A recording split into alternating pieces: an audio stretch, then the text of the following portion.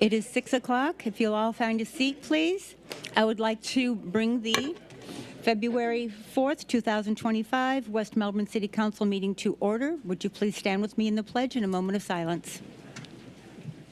I pledge allegiance to the flag of the United States of America and to the republic for which it stands, one nation, under God, indivisible, with liberty and justice for all.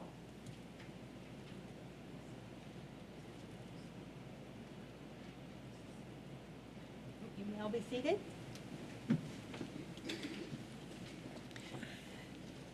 Thank you. Welcome, everyone, to tonight's meeting of the City Council. Members of the public are welcome to speak on any topic, whether it is on tonight's agenda or on any issue that is important to you. Each person that wishes to speak should complete a speaker card, which are located near the glass doors there, and submit it ahead of time to the city clerk. After you have been recognized to speak, please use the microphone at the podium and clearly state your name and address for the record. Please address all your comments to the City Council rather than individual members.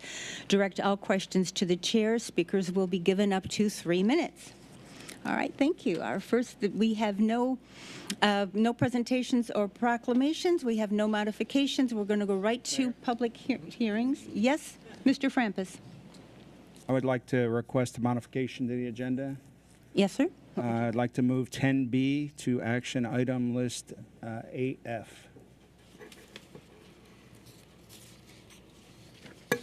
Typically, we do action items under the action agenda, and 10B is an action item, so I'd like it to be moved. All right, thank you. Anyone have any objections to that? Moving 10B up to 8F? Yes? All right. F. 8F? 8F. Mr. Rhodey, are you okay with that? All right. Great idea. When we get there, if I get too enthusiastic, will you remind me, please, as we're moving along here? All right, thank you.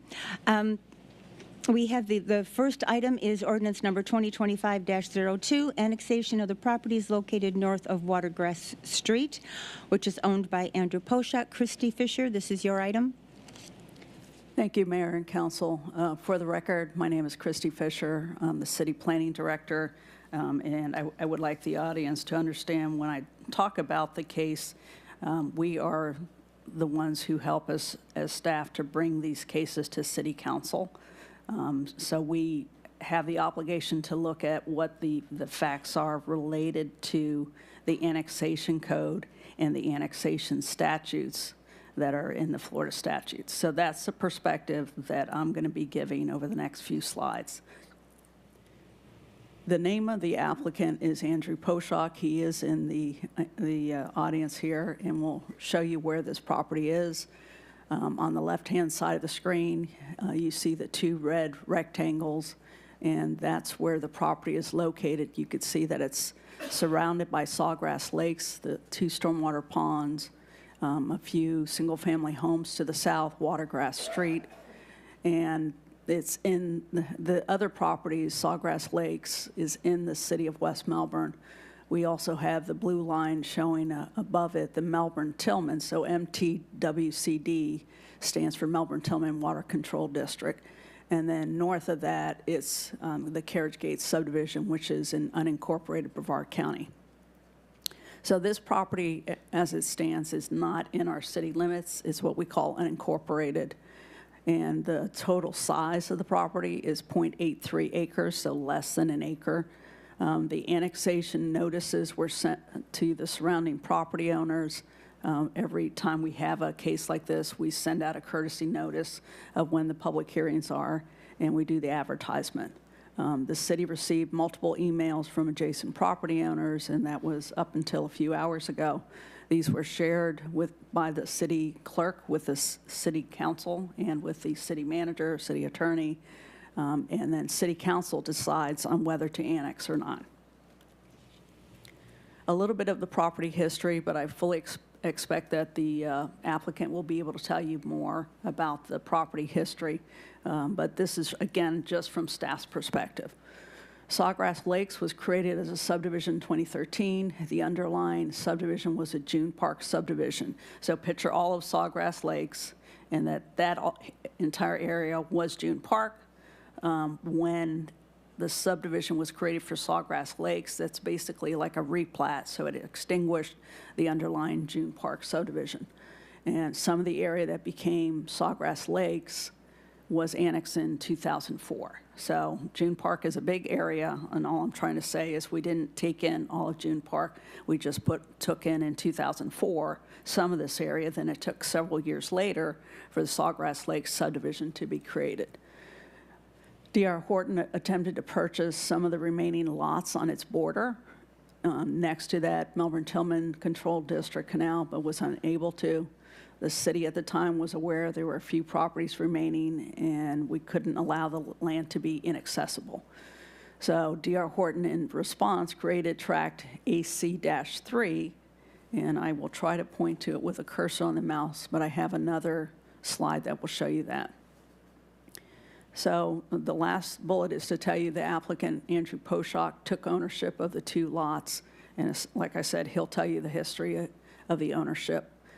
We did take a few photos. I think a lot of you all could probably see some of this by driving by the property. But again, it's just for the record to show, what we have on the left-hand side of the screen with the label is Tract AC-3. So that's the view from Watergrass Street looking north. And yes, you see some of the stormwater pond that is visible from the street. And then this shot, this photograph shows you a little bit of the wooded area. And the arrows kind of show, roughly sort of the front of one part of the lot and the back. So remember I said we look at this from the perspective of city codes. So this is an analysis of that. The first bullet tells you you can't annex into our city unless you're adjacent to the city limits. So they meet that box. It could be annexed. Applicant wants city water and sewer. They want to have the two houses. They can tell you more about what their plans are. That's all that staff knows in terms of their plans for the property. And what our code says is that if you want City of West Melbourne water and sewer, you have to annex if you're next to the city limits. If you're not next to the city limits, then you get a pre-annexation agreement, which means that when the city limits catch up to where that property is, we bring you into the city. We have to look at, from the Florida statute perspective, that it's not creating an enclave. So the city attorney and staff, we reviewed this for conformance with Florida statutes. And then again, city council decides whether to bring properties into the city limits or for the properties to remain in unincorporated area. At the very bottom, we have a little description about that Tract AC-3, and that's from the subdivision. So I'm not going to read it, but it describes what that Tract AC-3 was. And remember, I said I had a better image of it. It's this polygon in yellow. So that's Tract AC-3. And again, these are the two parcels that are requesting to be annexed. Annexation, according to the Florida statutes, is all about urban services. So, and I know part of that white box is going over onto the words, but utilities is the main reason why people annex in for urban services of the utilities. If it remains in the county, they would have to try to get a well and septic permit from the Florida Department of Health. The access, there is an existing easement to Watergrass Street, and that's a private access easement going over private roads. So that already exists. It has nothing to do with the city. That's just, again, some of the facts of the case. The stormwater, if it's annexed and if they do create anything on those lots, they would have to take into account the runoff, from those new buildings and the driving area, and if they had a pool area or anything like that. Fire department, whether it's in the county or the county is still the fire suppression service. And then for law enforcement, for police, right now, if for some reason there's something that criminally happens on that property, it's the county, it's the sheriff's office, it's not the city of West Melbourne. If it gets annexed, then it becomes city of West Melbourne. So in conclusion, if City Council elects to annex the properties, then the motion would be to approve the first reading of the ordinance that are part of the June Park subdivision located north of Watergrass Street in Sawgrass Lakes. And I'll try to answer any technical questions you all may have. But like I said, the owner is here, and I think he wants to talk a little bit about the property, too. Thank you. Any questions for, oh, Mr. Frampus? Your light is on? I'll wait until And wait, all right. comments. Mr. Poshak, did you?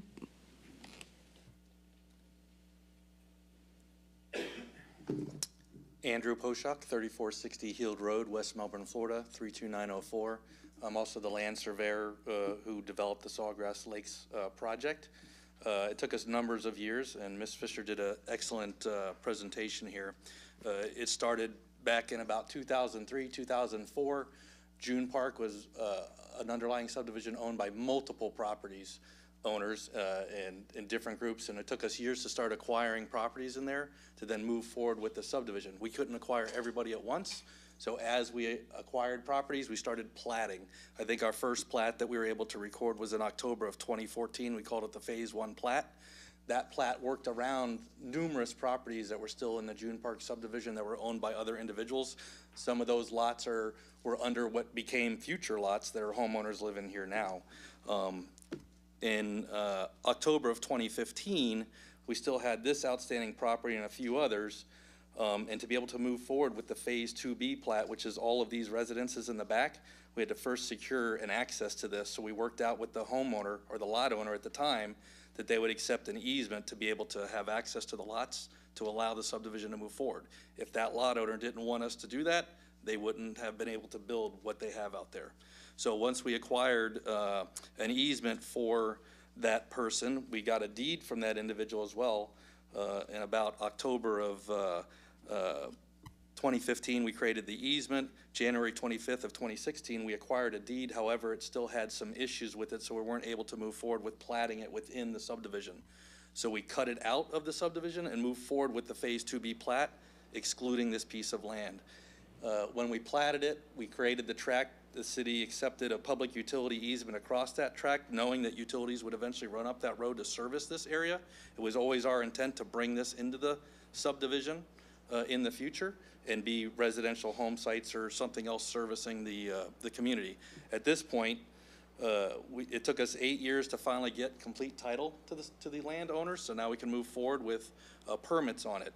We can currently build in the county 2 residents with wells and septic on it.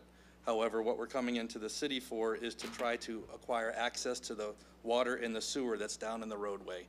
So that's all we need to annex into the city as per code, and that's our request. There's no issue with access. We have legal access to the property, in and out, ingress, and we can go pull a permit tomorrow for 2 buildings in there in Brevard County. So building permits is also not an issue. The only thing at issue for annexing in is the water and sewer. And I'm here to answer any questions you have. I have a question, Mayor. Yes, Mr. Frampus. Mr. Poshak, are you working with D.R. Horton in this project? You say we a lot, and I'm just curious of who you're working with. I am currently myself only, as the only individual. So there is no we. I use the term we because when I work on projects, I consider myself a part of the project with the client that I'm working with. So I always use the term we as a collaborative statement.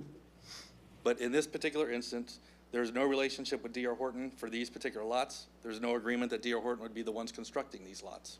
So you're going to build the houses and then resell them as a developer? No, I intend to basically sell the lots to individuals who want to build their own houses. So you just want to resell the property with access and That is correct. utilities? I'm trying to get them in a better form to have water and sewer before that they're sold to individuals who want to build their homes on it. Water and sewer is definitely a better option than the well and septic, but both are allowable.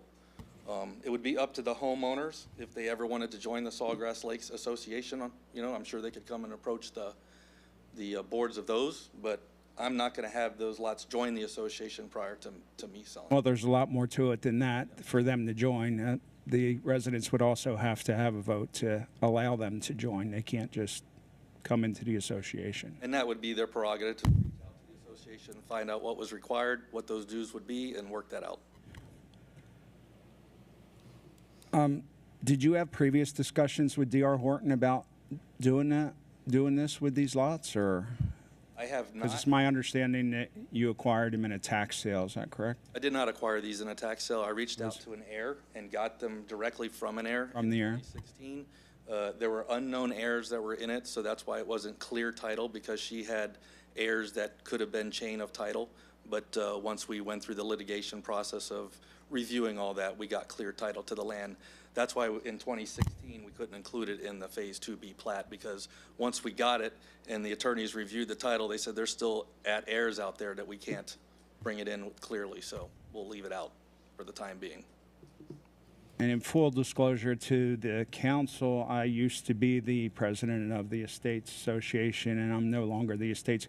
However, last year, I recall you reaching out to me and wanting to discuss the lot with me, and I told you that I wasn't the president anymore and referred you to the current president. Did you reach out to him? I believe I did. And how'd that conversation go? I think it was more of a fact-finding mission. People wanted to know what I was doing. And so I explained to them that, I wasn't going in there building commercial or something like that. It would just be something that agreed to the harmony of what Sawgrass Lakes is. It's a wonderful community.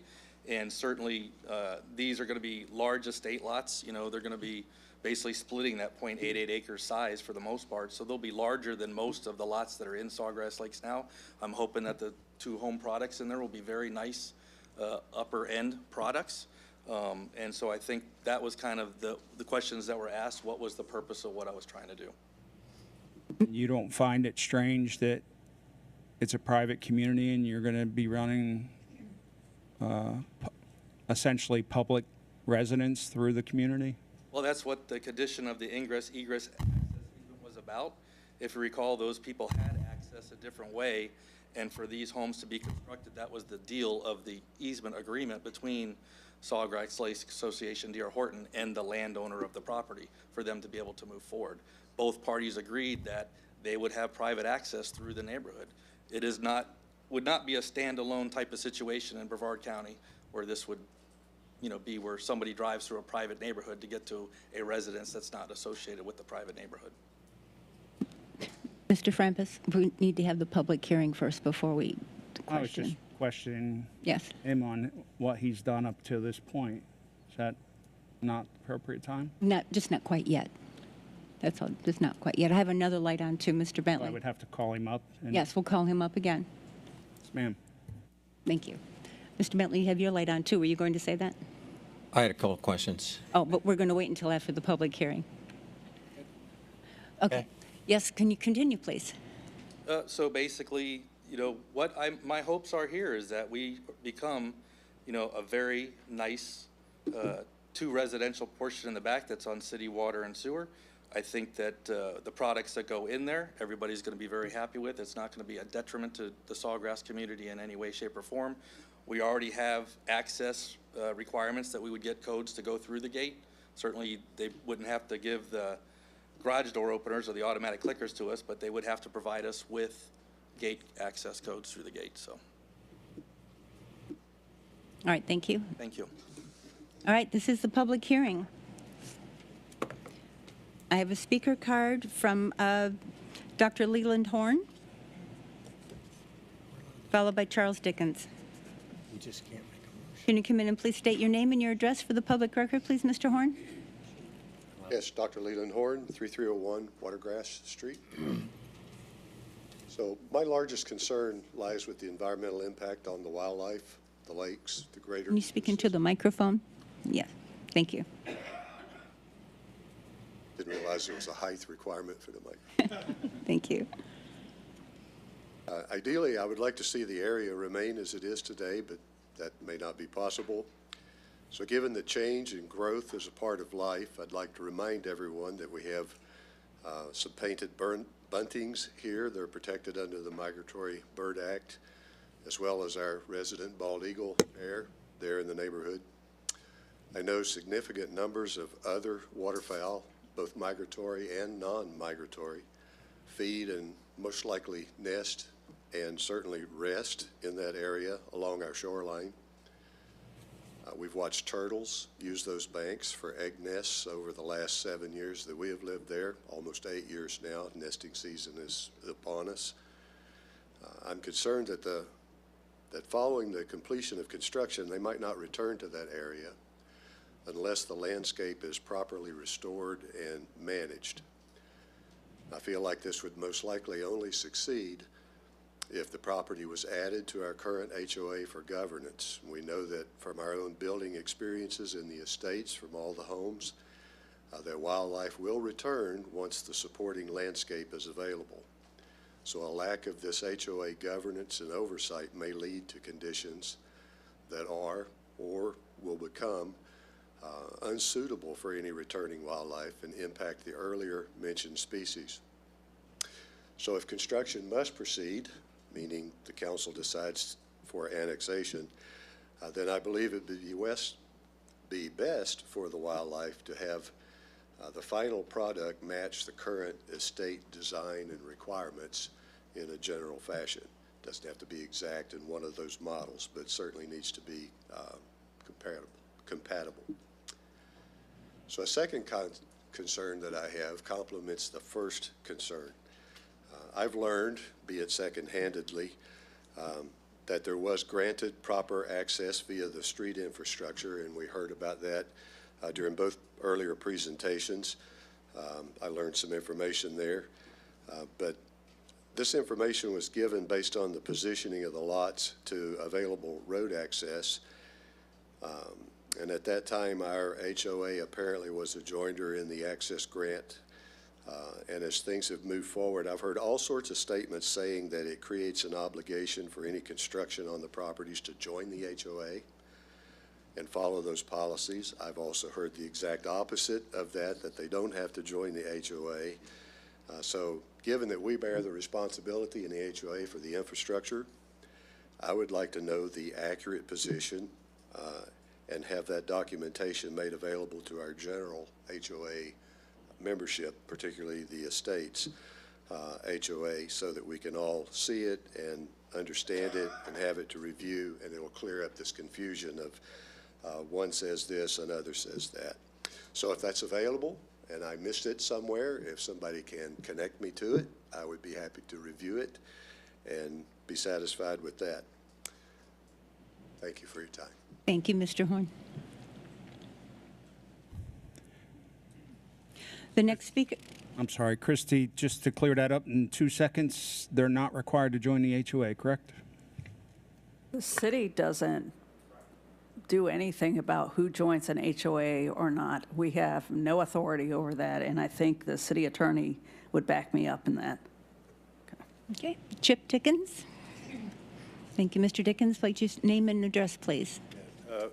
Name's Charles Dickens. Address is 3360 Watergrass Street, just down the road, just a bit from the lots in question. In a very similar state, related to the impacts that the being brought forward with establishing a building. And, I know this is about annexation, and it's not about the building decisions and all that other piece. But I agree that and feel much the same way about the possibility of cost and impact on the community with respect to the infrastructure costs. In terms of getting it established, will be like in kind, will be complementary to the community, things like that. So there's potential for increased taxes. Again, it's potential. Increased infrastructure costs for building any new capacity when we already have an established community. Bringing in new construction can have a significant impact, and the repairs and costs may be weighed against the HOA or our community. There are a couple other items that I wanted to highlight. One is the issue of safety. The access corridor that was provided is basically just an equivalent of maybe two cars width. So there is not enough room in there for have a walkway or a pathway otherwise. And so if you look at the current layout of the lake through satellite, you'll see that there's about a 3.7 foot degree of space or space from the edge of the lake all the way up to where the lines run. So it will actually impede on the current lake presence that we have, and also have potential risks for people walking up and down a driveway as opposed to actually being on sidewalks to and from the community or being part of the community. Agree again with Leyland on the environmental impacts. Very much, it's a established area. Great to be able to see bald eagles and other eagles and osprey and other things, be able to fly from that overwatch position out into the lakes, be able to get a hold of things. And then one final note is just, and it's sort of represented why you see so many members here tonight from the community, but the concern over community impact. Right now, there's a lot of unknowns, and I think the concern with the community is trying to help align it to what we know we've established. We've got an amazing community for a lot of different reasons. Most of them are the people sitting inside of here, and not saying that it just creates a different atmosphere and has the potential. So we're just trying to mitigate the risk. Subject to any questions you have, thank you for your time and all that you do for us. Thank you.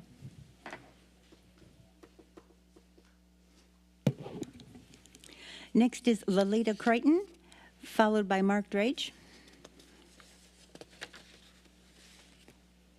Good evening, ladies and gentlemen. My name is Lalita Crichton. I live at 3501 Watergrass, so slightly around the corner and down the street from the subject property. A little interesting note, I actually almost bought that property, but then liked the floor plan in the other house better. In addition to all the concerns that have been stated so far, the potential ecological impacts, I think the construction equipment moving in and out of that area that close to the lake and in that narrow of an area is likely to start collapsing the banks, creating erosion problems in addition to other issues with the water management, potentially leading to stormwater damage when it rains. There's also concerns with where is the mailbox even going to be placed. We have a community mailbox, but there's no provision for additional properties. I have concerns with the potential wear and tear to our facilities, i.e. our gate, which gates naturally wear and tear every time you open them. Also the fact that the final layer of our pavement was not installed until all of the homes were constructed because of the wear and tear due to construction equipment. I don't feel our HOA should have to pay to repair those roads because its construction equipment is coming in. In addition, they're not allowed to park along that easement. Therefore, they're either going to have to make sure their people are parking on public property, or they're then going to be trying to park on a private road in front of residents' homes, which is also unacceptable. Also, we're then subject to having the public have free access to our community. Basically, anybody that they wish to invite in, any of their friends, college roommates, you name it, they're going to have free access to our community. And I guarantee you, I did not buy the house I bought in a private gated community to then have public access provided. Thank you, ladies and gentlemen. Thank you.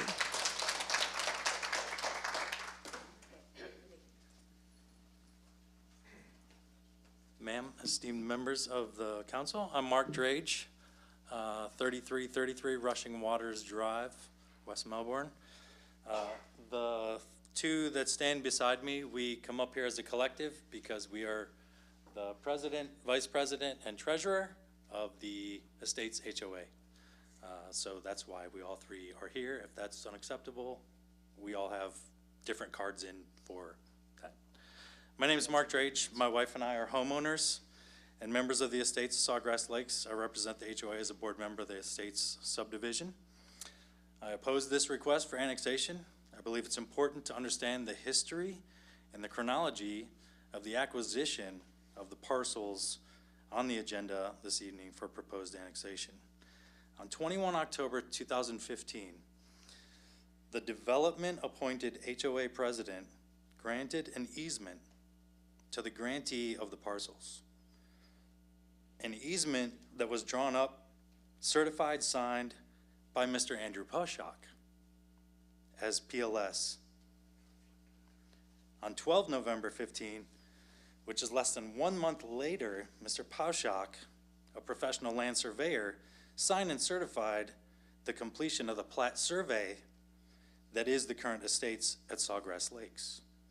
On 25 January 16, which is 2 months later, Mr. Poshak filed for quitclaim deed and quiet title of the parcels. And he spent $10 in acquiring those. In my mind, he would have had insider information as the PLS drawing this plan up in order to acquire those parcels.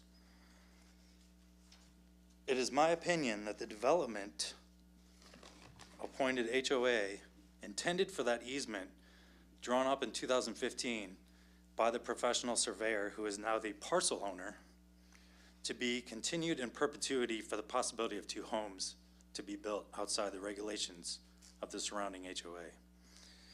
We do not want the potential of construction and the potential damage to our roads, the environmental impacts going forward.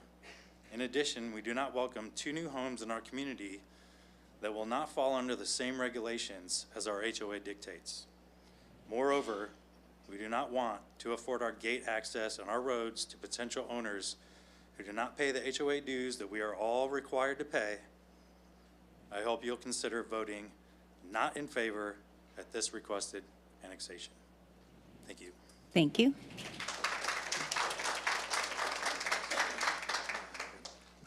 Steve Paff, 3542 Rushing Waters. I'll be very brief. First off, thank you for the clarification on the, there was a lot of question about that going around about whether or not they have to join, so I appreciate the insight. Secondly, my biggest concern is the precedent that you all would be setting here if allowing this to happen. I'm sure that a lot of you, if not all of you, live in deed-restricted, gated communities, and if this was your community, you probably would feel the same way that we all do. So I just would like you to take that into consideration before you vote. And just to clarify one thing, on the record, I was never contacted because I was the president when all this kind of started a year or so ago. I was never contacted directly. They did contact the management company.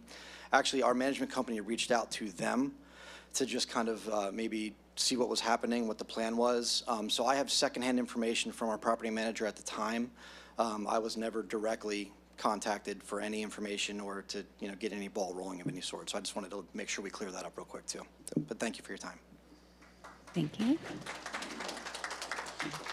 Donnell Klassen, and this is my husband Paul Klassen. We live at 3442 Rushing Waters Drive in the Estates in Sawgrass Lakes. I want to second and third everything Leland said, Alita said. All that has been said, you know, I agree with. We hope that you will vote no. Can you speak into the microphone, please? We hope that you will vote no. I want to reiterate my concerns about the environment, especially our lakes, the erosion around our lake shoreline. It's very environmentally sensitive. We have a lot of issues going on with that, and we just feel that it would be, we just really would prefer to keep our community private. And I will say that we have no one on this board or in our community has ever been reached out to about the potential sale of these lots, and we would be interested to hear about that. Thank you. Thank you.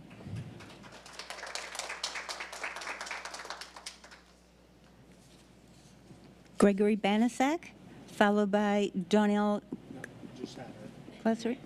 Oh, that, okay, thank you. How do you do? My name is Gregory Banazik. I live at 3261 Watergrass Street, West Melbourne, Florida, 32904. I will start out by saying we have had minimal to no communication from anyone on the proposed annexation and usage of the land. This includes hearing from the landowner, the city council, or the 2 HOAs that adjoin the property in question. We have been kept in the dark about what is going on. I will say that it's more hidden than anything I ever dealt with in my entire professional career. Most of what we have been hearing has been supposition and rumor, such as the owner-builder has the right to access a property via Sawgrass Estates property without payment for usage of the gates and roads, and that this authority will transfer to the property owners upon sale. That constitutes giving private property to another individual for personal gain. That is just wrong. I will state that on the original drawings that I have seen of the Juneau Park development layout, there is another road shown pretty much along the line with the canal back there. It has not been built, but it could be. And that would be the method of access into that area, not needed through Sawgrass Lakes. We also have observed significant amounts of wildlife in the area. It needs a survey by the Florida Fish and Wildlife Conservation Commission. Also, it needs to have an archaeological survey to see if if there's any evidence of ever having any native presence on the land. Some of the wildlife we've seen has included the bald eagles and the gopher tortoises, but we've also seen horned owls. We've seen the osprey, the peregrine falcon, all along that area, flying in on the lake, coming up. We were sitting in our pool one night or one afternoon, and my wife pointed out to me that, hey, there's a bird up there eating a fish sitting in the tree. It was a peregrine falcon. So this area is obviously habitat for some threatened, endangered, or otherwise protected species. And so that needs to be taken into consideration before any annexation or construction is considered. We have no real idea what the proposed construction on the land is. Will it comply with the construction and design standards of the HOA? Would it blend in with the HOA or stand out like a sore thumb? We just don't know. Nobody's talked to us about it. We need to have you ensure that you protect our community standards. If access is dictated, specific guidelines need to be developed and published prior to approval and a vote of the members of both HOAs, not just the boards, all the membership of the HOAs, before any approval is given. These would address responsibility for any damage to the roads or other features and the timeliness of the repairs. Thank you. Can you finish up, Mr. Banasek? I'm sorry, you've got 3 minutes. Can you finish up? Yeah. There are hundreds of property owners that call Sawgrass Lakes development home. If this is approved without conditions acceptable to them, it will be a serious disservice to them. Thank you. Thank you very much, sir. Dr. Simiak Rabinia, followed by Natalie Margaran.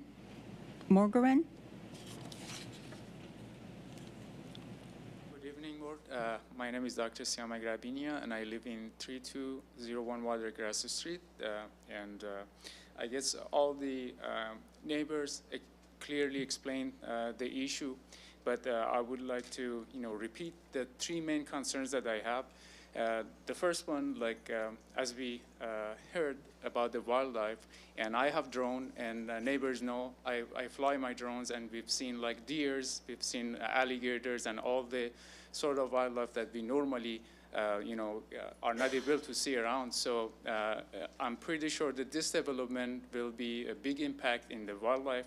The second issue that I have, it's about the emergency vehicle. So as you see on the land, the narrow path that goes to this property, it's so, it's so narrow that my concern is if there are fire, and whether the big truck, the fire trucks can go easily in and come back in case there are issues like that. And also the location of the property between those 2 lakes.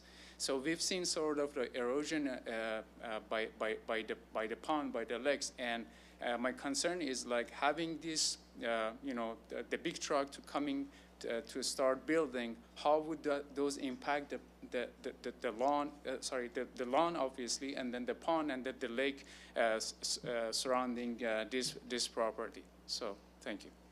Thank you very much.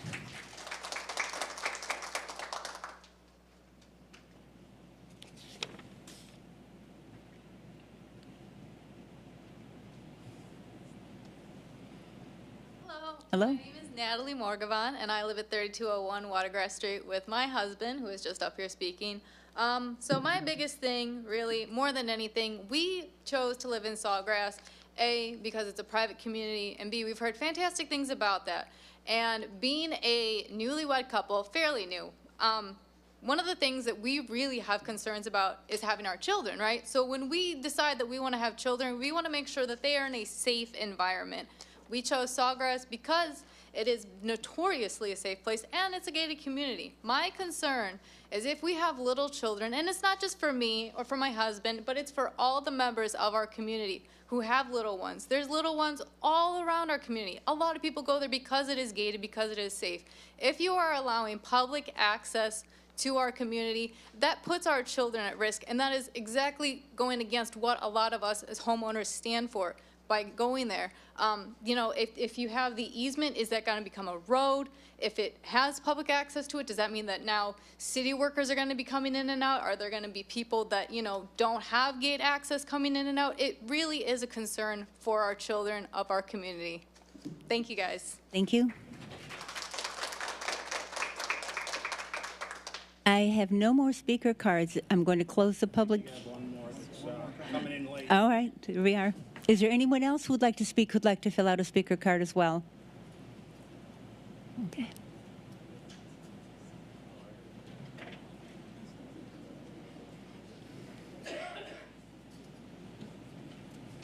Thank you. Apologies for the late entry. Jonathan. Mr. Harris. 460 Watergrass Street. First thing I'd like to say is thank you for the call. You're welcome. Appreciate you reaching out. Can you speak into the microphone? Yes, sorry. Thank you to Diana for returning my email so quickly. Appreciate you guys listening to us this evening. A lot of good arguments here. You know, I don't want to rehash everything, but I do want to ask you to consider, you know, the circumstances this was acquired. You've heard some history there beyond this. Looks like the sole intent of this is to sell, not to build anything personally. And so we have no idea what's going to be the ramifications of that. So I'd like to ask you to consider why someone would do this in the beginning just with the intent to sell and what that means for our community. We have no idea what's going to happen with this. And think about it like, as someone said before, this was your community. Now you have someone coming in to buy something. You have no idea what they're going to do. And as someone pointed out, I'm sure if this was brought before the HOA board, that there would be a lot of interest in acquiring this property to keep it within the HOA. So thank you again for your time. Thank you. Scott Dixon.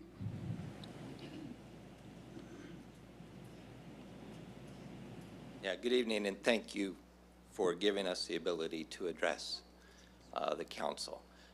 One of the things that I may have been brought up lightly, but I kind of want to, from a historical standpoint, we had a big meeting in our clubhouse about the erosion and considering actually a lawsuit against D.R. Horton as a result of the lake banks not being graded properly, and therefore on all of our lakes in our community we are experiencing erosion.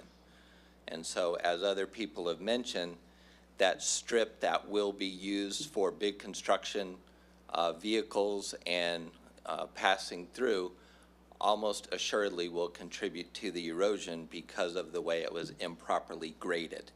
So if you agree to annex it, I would strongly encourage you to get information on that lawsuit about the erosion of the lake banks, because almost certainly driving big construction vehicles right next to the bank on both sides would definitely contribute to the erosion, which we're already having problems with, and possibly even collapse if they loosen it up and vehicles continue to drive over it.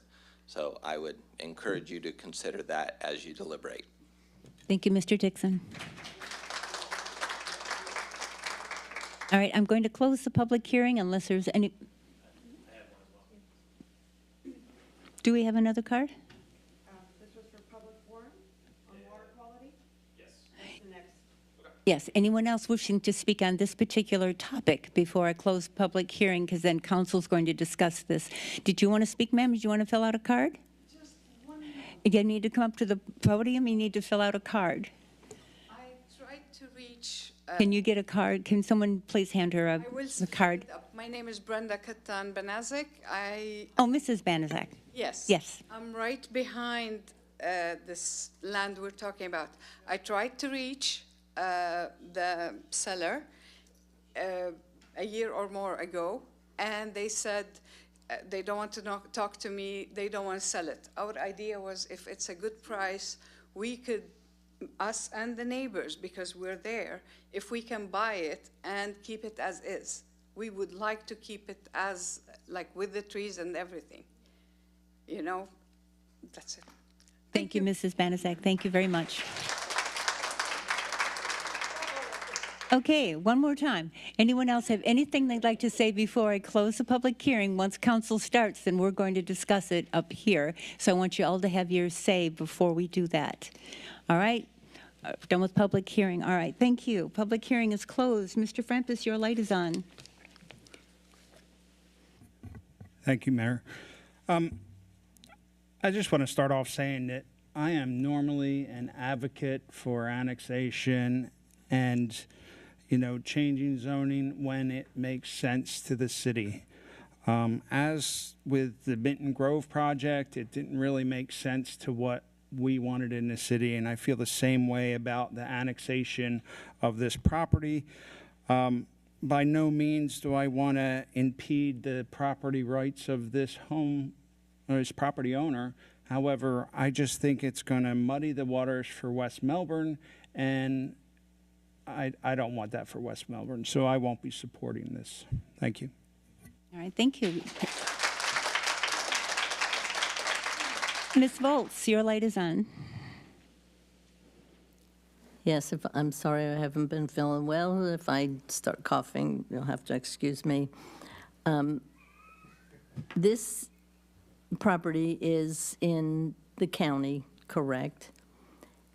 And they can build, is the county not allowing them to build? Is that what it is? Unless they have sewer and water, and they can't provide it, correct? You have to annex into the city to get sewer and water, yes. Okay. Yeah, well, we certainly don't need that. And I think the homeowners have made their case, and I certainly will not be supporting it either.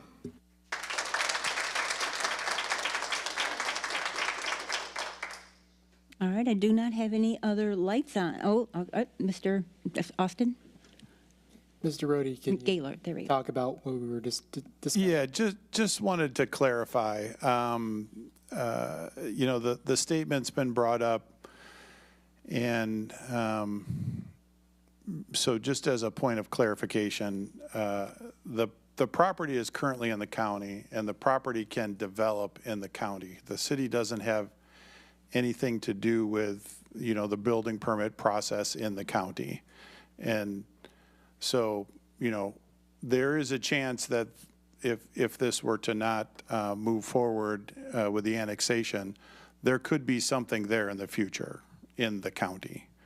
And I just want to clarify, because just a few of the statements kind of muddied the water as to if it could only be built on if it was annexed in. We just want to clarify that with the annexation, you would get water and sewer services from the city. It would be in the city, but the property is buildable in the county right now. And so I just want to clarify that, you know, if the annexation moves forward, there's a process. It'll go to planning and zoning and then come back to this body again for a second and final vote. If it were to fail tonight, in the future, the property could be built, something could be built on it in the county. And I just wanted to clarify that this, a no vote for annexation does not mean nothing will ever go there. Thank you for clarifying. Thank you, Mr. Rohde. Any other comments? Yes, I'm sorry, did not see this. Ms. Adams. Thank you, Mayor. My first, I guess, quick comment before I jump to my questions, just a thank you to the residents who show up. I know many of you guys sent emails. I think I responded to all the ones that came into our email box, but I also know there were quite a few that ended up in our spam, so if you didn't hear back from me, I'm sorry, that would be why. We do have an aggressive spam filter, which I appreciate, but that does happen occasionally. I think it's important to be involved when you care about things happening in your community, regardless of how our vote goes. With that being said, I did have a couple questions for the applicant, if this is the good time. Would you please Sir, if you'd come to the microphone. Thank you. If your request is not approved tonight, what is your plan in terms of moving forward with things since it's in the county? project will move forward as home sites with well and septic systems, which is contrary to some of the speakers in the audience worried about environmental issues. Clearly, water and sewer connections is more environmentally friendly than well and septic connections. Well, that was one of my later questions, but we can jump to it now. Do you have plans to address the environmental concerns in terms of the lake erosion or things that can happen due to that construction? The boundary of the property is outside the limits of the lakes. The lake banks are within the tracts owned by D.R. Horton, and they don't come right up to the property line that is the parcel in question. The parcel can't go into the lake banks. They can't go out and do any construction in the lake banks. They can't grade into the lake banks. They can't do anything into the lakes that are to the east, the west, or the canal that's to the north of the property. They have full right to develop and pave the access easement that comes in. They currently already have permission for gate access, and when I say they, meaning the property has right for gate access. The community would be violating the law of an easement if they blocked the access. I understand that. I wasn't asking from a legal perspective. I was asking about for a quality of life for the residents who do own homes there. Right. So the access would be through the paved roads, then through the access easement coming up. Somebody else had brought up alternate access along the north side, but the lake parcel was never in June Park that is to the east, so there never was a road there. But if there had been, the lake covers up that access, so there's no other access to come in other than through there. So certainly that access point would not go into the bank of the lake because it's in the tract of the lake. Ms. Adams? Yes, sir. The lakes are currently owned by the estates and not D.R. Horton, so he misspoke there. Okay, thank you. In terms of, some of the residents brought up about the certain order of operations in terms of the quality of the infrastructure within the HOA currently, and that the last level was put on purpose after construction was done. If there is damage and if it is approved to move forward, do you have plans to work with them to address things that are then damaged as you move forward with a project like this? I think that would be the same as anybody who's accessing the neighborhood who's bringing in improvements to the neighborhood. If there's something that is damaged by the road by a contractor, that contractor's more than likely going to be held responsible for the repair of any damage that they do. Yes, but as we've heard conversation that there's not currently engagement with the HOA, that's a concern. As I said early on, when I put in the application, I had a phone number. I talked to a few members of the board, I believe it was, of the HOA. That was during the process of some applications into Brevard County. So our number has been out there. My phone number has been out there. So, and applications that go out publicly have that information on it. So it isn't that I couldn't be reached. And I know that several members of the association showed up to the county and my name was on it, and my name is on the plat with my phone number on the plat. So every homeowner has my contact information to reach out to me with concerns that they could have had. And I can appreciate that, and you have your private property rights for the land that you own, and we do want to respect that. However, as someone new coming into a community that's already been established, I think I would, and the HOA probably would have appreciated more outreach on your part rather than waiting for the homeowners to reach out with their concerns, but that's just my opinion. Those are currently all of my questions, and then I have a question for the city attorney. Thank you, sir. All right. Do we know the size requirements for building utilizing legislation such as the Live Local Act? It's not that there's a size requirement. Number one, it has to be zoned for commercial or industrial, which this is not. Number two, the size requirement is more of a practical issue. In order for an apartment to be developed and to be economically feasible, there have to be a certain minimum number of units, and I think it's pretty clear that a lot this small would not be economically feasible. That's what I thought. It doesn't qualify for Live Local right now anyways, though. The county would have to rezone it for that to happen. Right, which I understood, but because we had questions pop up about Live Local, I wanted to make sure, since no plans are set in stone with this property, if it was a potential that could impact the neighbors that live there. Not as currently zoned. Thank you, sir. Yeah, and I have the zoning up on the screen, so it's zoned general use in the county. The general use zoning requires 5 acres of land to build. Obviously, 0.83 is not 5 acres. They would have to rezone to something that allows them to build Again, there's probably some additional footwork they need to do and public hearings through the county in order to be able to construct. That's what I was thinking ahead for, if this was rezoned to commercial or industrial, if that could have an impact on the neighborhood. Yeah, but there would be no reason for the county, the same sort of logic that the city uses to not have isolated pockets of commercial industrial is probably what the county is going to see, because otherwise they have to change the future land use. So remember, the last bullet I have here is that it has a future land use in the county of residential too.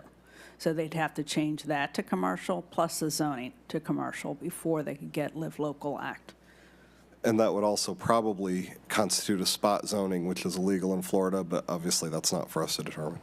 That's what I thought. Just wanted to cross our Ts, dot our Is, and check on those. Those are all my questions, Mayor. Thank you. Mr. Bentley, followed by Ms. Volz, and then Mr. Actually, this is a difficult one. Am I allowed to ask a question of the HOA president? That's the mayor's discretion. Yes, please. Can they come up to the microphone? It's just a quick, easy question. I'm not going to trip you up here. That's not a trick. You understand that he can develop Yes. with sewer and a well, and you'd rather have that than city water and city sewer.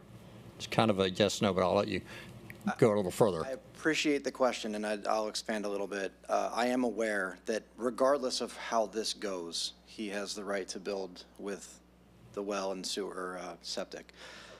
Well and septic. It's only one house, though, I believe, correct? I don't know. I thought that I remember. That's up to the county. That's not up to us to say. I understand.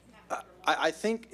From what Mr. Rohde said a while ago, they can develop right with what they have. And I've never questioned whether or not they can, and that's one thing that I'm trying to communicate. There is a lot of bad information out there, unfortunately, and the internet is our friend but also an enemy in this situation. So it's hard to sift through the bad to get to the good. I've been dealing with this for a while, so I'm a little bit emotional about it. But I will tell you that whether or not he builds is one thing. I think that the value of the property is significantly lower if there's no access to utilities. Secondly, I kind of stand behind the people that I'm supposed to represent. I mean, I know I'm just an HOA president, but at the end of the day, they did choose me to represent them, and I'd like to, their voices to be heard loud and clear. So while I understand, and I think the majority of the people, if not before then now, they do understand that whether this passes or not, he can build, as soon as he can get permits. We understand that. I think that just the greater concern for me is everything that everyone had to say about the environmental impact, about the roadways. That's a big one. The gate. The lack of communication is really. If this is how we're going to start this, how is this going to end? Right. And like I said before, I think that it's kind of it's a weird area. It's a dangerous precedent to set. Maybe it's already been done. I'm not sure in West Melbourne, but I'm like I said earlier, I know all of you probably live in gated, deed restricted communities, and if this were your backyard, how would you feel about it? Whether you had control over it or not, I think just the voices being heard is the most important part, and so that's what I'm here to support tonight. All right. Thank you. And that's what I got. All right. Thanks. Thank you, sir.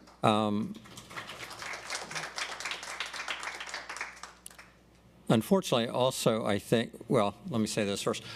I think the process tonight is whether we want to approve annexation, not what kind of place can they build or any of those things. So I think those other questions, whether it's environmental, this or that, will come up at a subsequent decision, right? We're just deciding, can they annex? We're not deciding what they can do with it, although obviously we're smart enough to know what he plans to do with it. He's actually stated and told us. But tonight we're just looking at, should they be able to annex? Did they meet the requirements of the city to annex? I struggle also with, they have an agreement whether, and I've heard for years now, the disagreement between D.R. Horton and Sawgrass Community. But D.R. Horton put in writing his ability to do what he's trying to do. I struggle with the fact that they did that, but they were the developer of record, and that's what they agreed to. So I struggle with saying, okay, well, even though the developer agreed to this, we're not going to honor it. So I struggle with that. However, as someone did mention, I do live in a gated community. I think probably everybody up, not everybody, most people up here live in a gated community. I can't even imagine adding to a community that's sort of outside of the community, and it doesn't meet the format of your community, and they can use our private street or gate, and I'm the president of our HOA, so I certainly see the wear and tear on gates and things. Not that I think one house will make a difference, but all this stuff's expensive, and I don't understand why somehow part of the deal wouldn't be you got to share in the expenses. I would ask the owner of the property, Mr. Palachuk, would you be willing to state up front, because that's, you know, I called and talked to several of the residents over the last few days, over the weekend, and a lot of their fears went away if you were willing to join the HOA and state that up front before so that they're assured it's going to be to the HOA standards and be willing to pay the HOA fees since you are using their streets. Let you answer that one.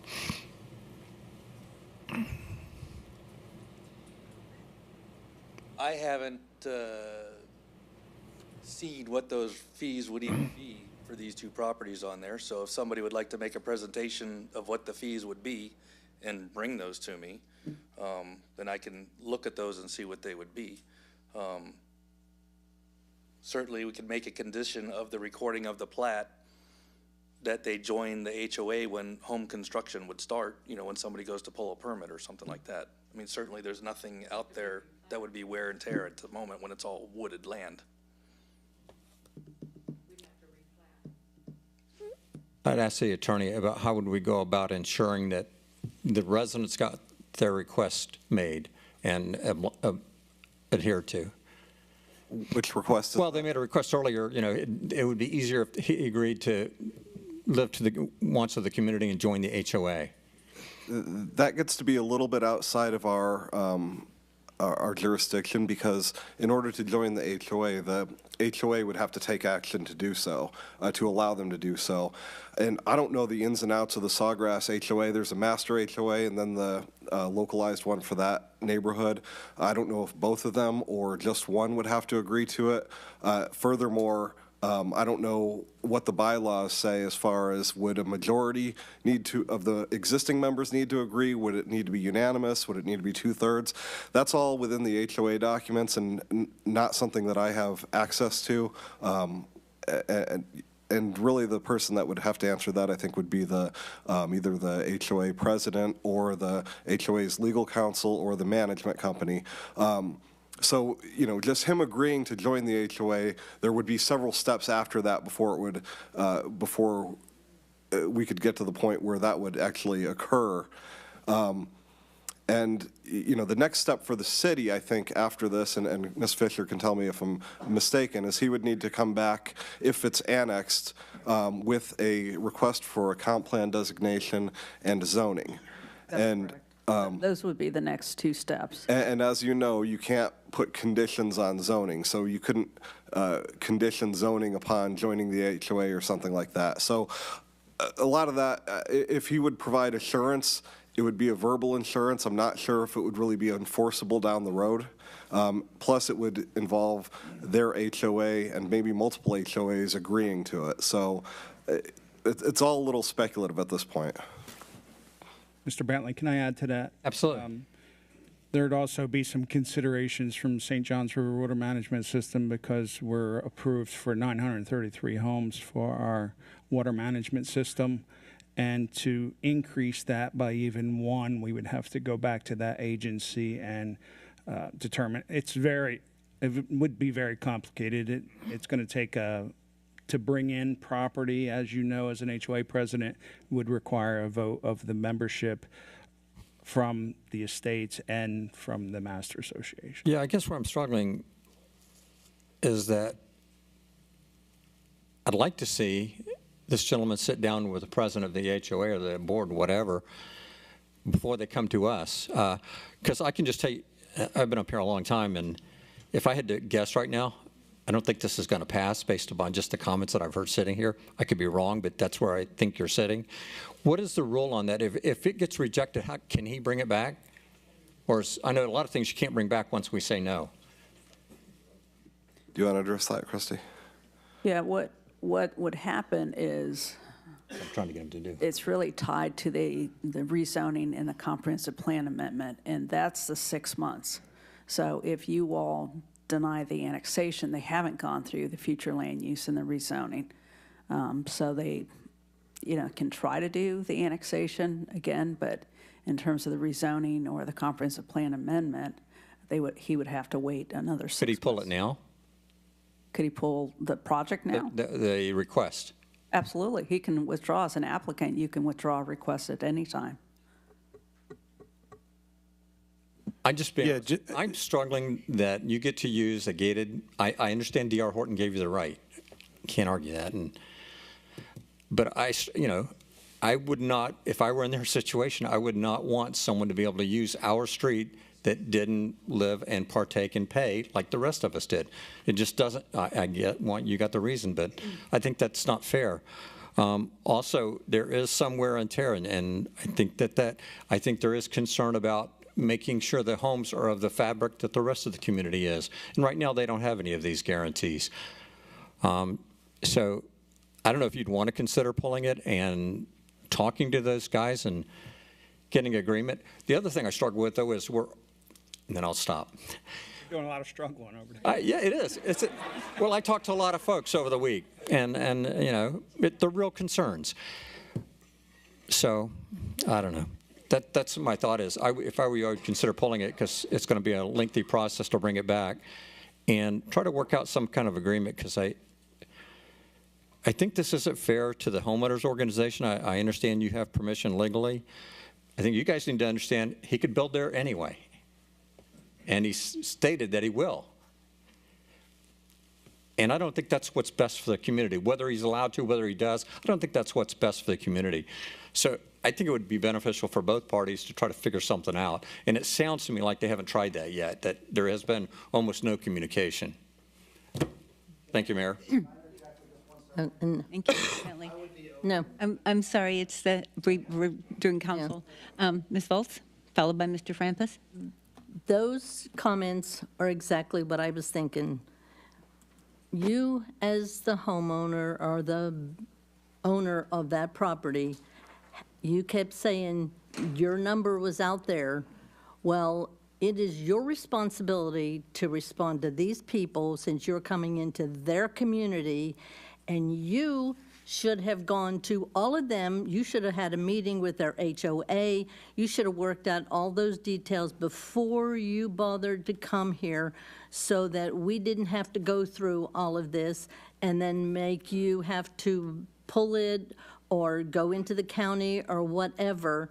I think this was a big mistake on your part in not dealing with the homeowners in that community and not, okay, your phone number was out there. Well, how did they know? How did they know how to find it? It just was not fair to that community for you to just sit back and say, well, my phone number's out there if you want to contact me. No, that's not the way it works. Those are the people that are going to be affected more so than the two homeowners that are going to potentially build. That's all I'm saying. You have a response? Ms. Volz, in the initial contact with the HOA heads, I had the conversations with them. It says if you reach out to me, if you want to talk to me, I'll have a meeting with people if they want to have a meeting. They had my number. I was very cordial on the phone with them. I was very straightforward with what I was trying to do. And but I don't have everybody's phone number to contact. The points are the people who are ahead of the association. That is the point of contact, and the management company who manages the association. I had those conversations. I said, reach out back to me. I could do a meeting. I can't go call everybody's phone number that's in the HOA. That's the reason that there's points of contact at the top. So the things that you're asking about, they had my phone number, and I told them to reach back to me. If they're getting contact from their members of the associations, that's what they do, then they can reach out to me. I'm certainly willing to meet with people. That's what I do for a living. I meet with people. The homeowner's president, did he reach out to you and ask you? No. Okay. When I heard about what was happening, I had Towers Management reach out to him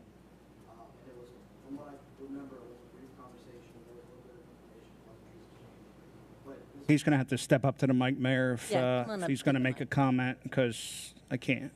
And generally, the mayor should recognize speakers. I apologize. So there was never any direct communication between myself and him, no. I couldn't pick him out of a lineup until tonight. When we had found out about the quitclaim deed, I believe it was early last year, even the year before, Towers had reached out, our management company, to the property owner, just to kind of get a feel for what was going on. At that point, I think everything was really new and we didn't have a lot of information, so we did a little bit of a fact-finding mission. The board presented what we had to the estate's residents via email with, and we emailed the county back and forth. We were represented at that meeting. But as far as a direct communication, I've never had one, no. Okay. I would be open to it, though. Thank you very so much. we're clear on that. Okay. Thank you. Thank you. Mr. Frampus?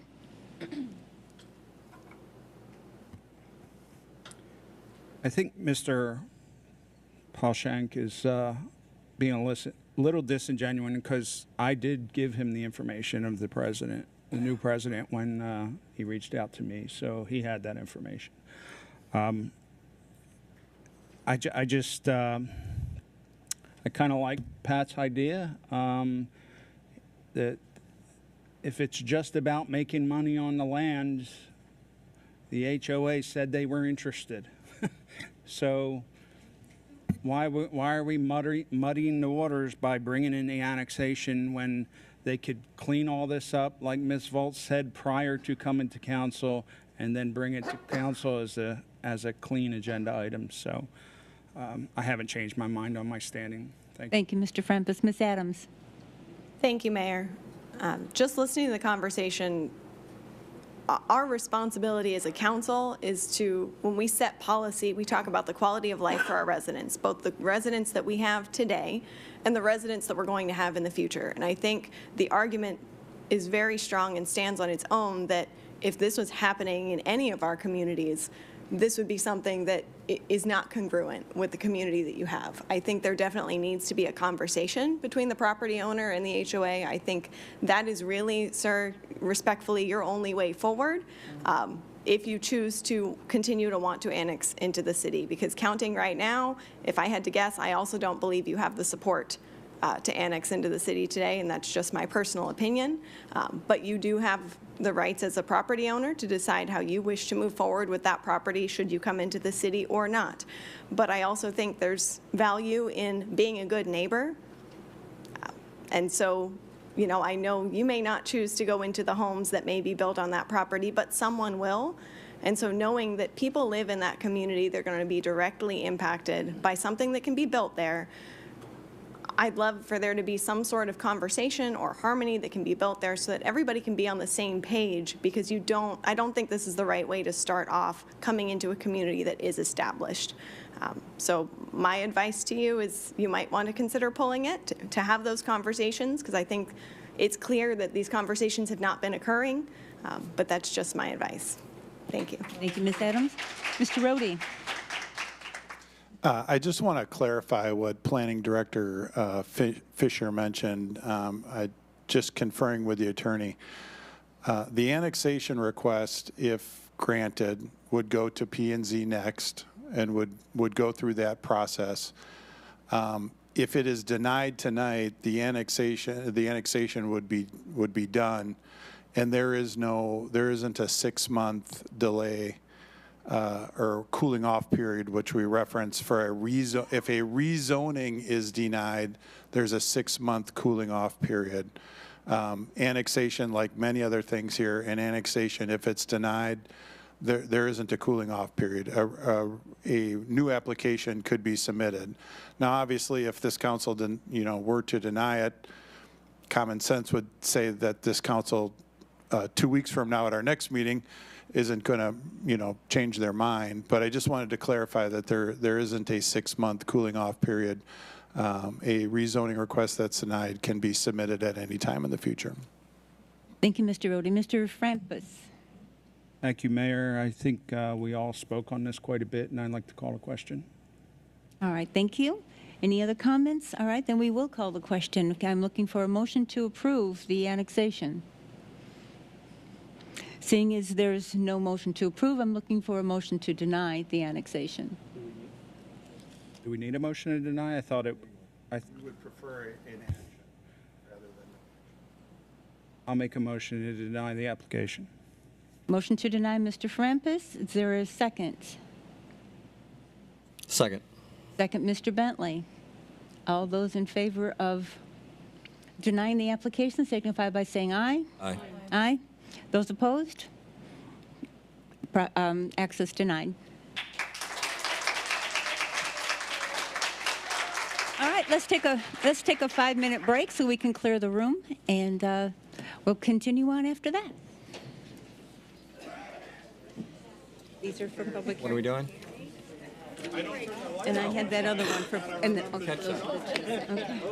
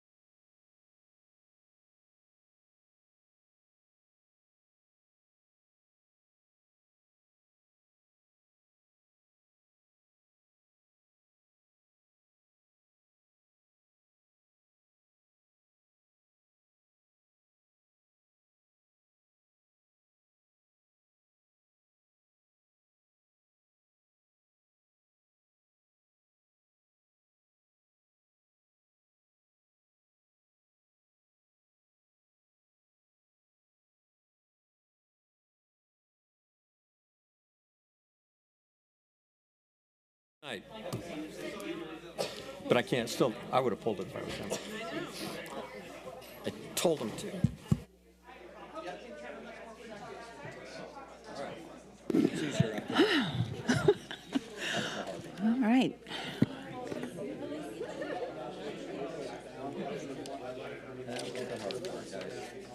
Home free now.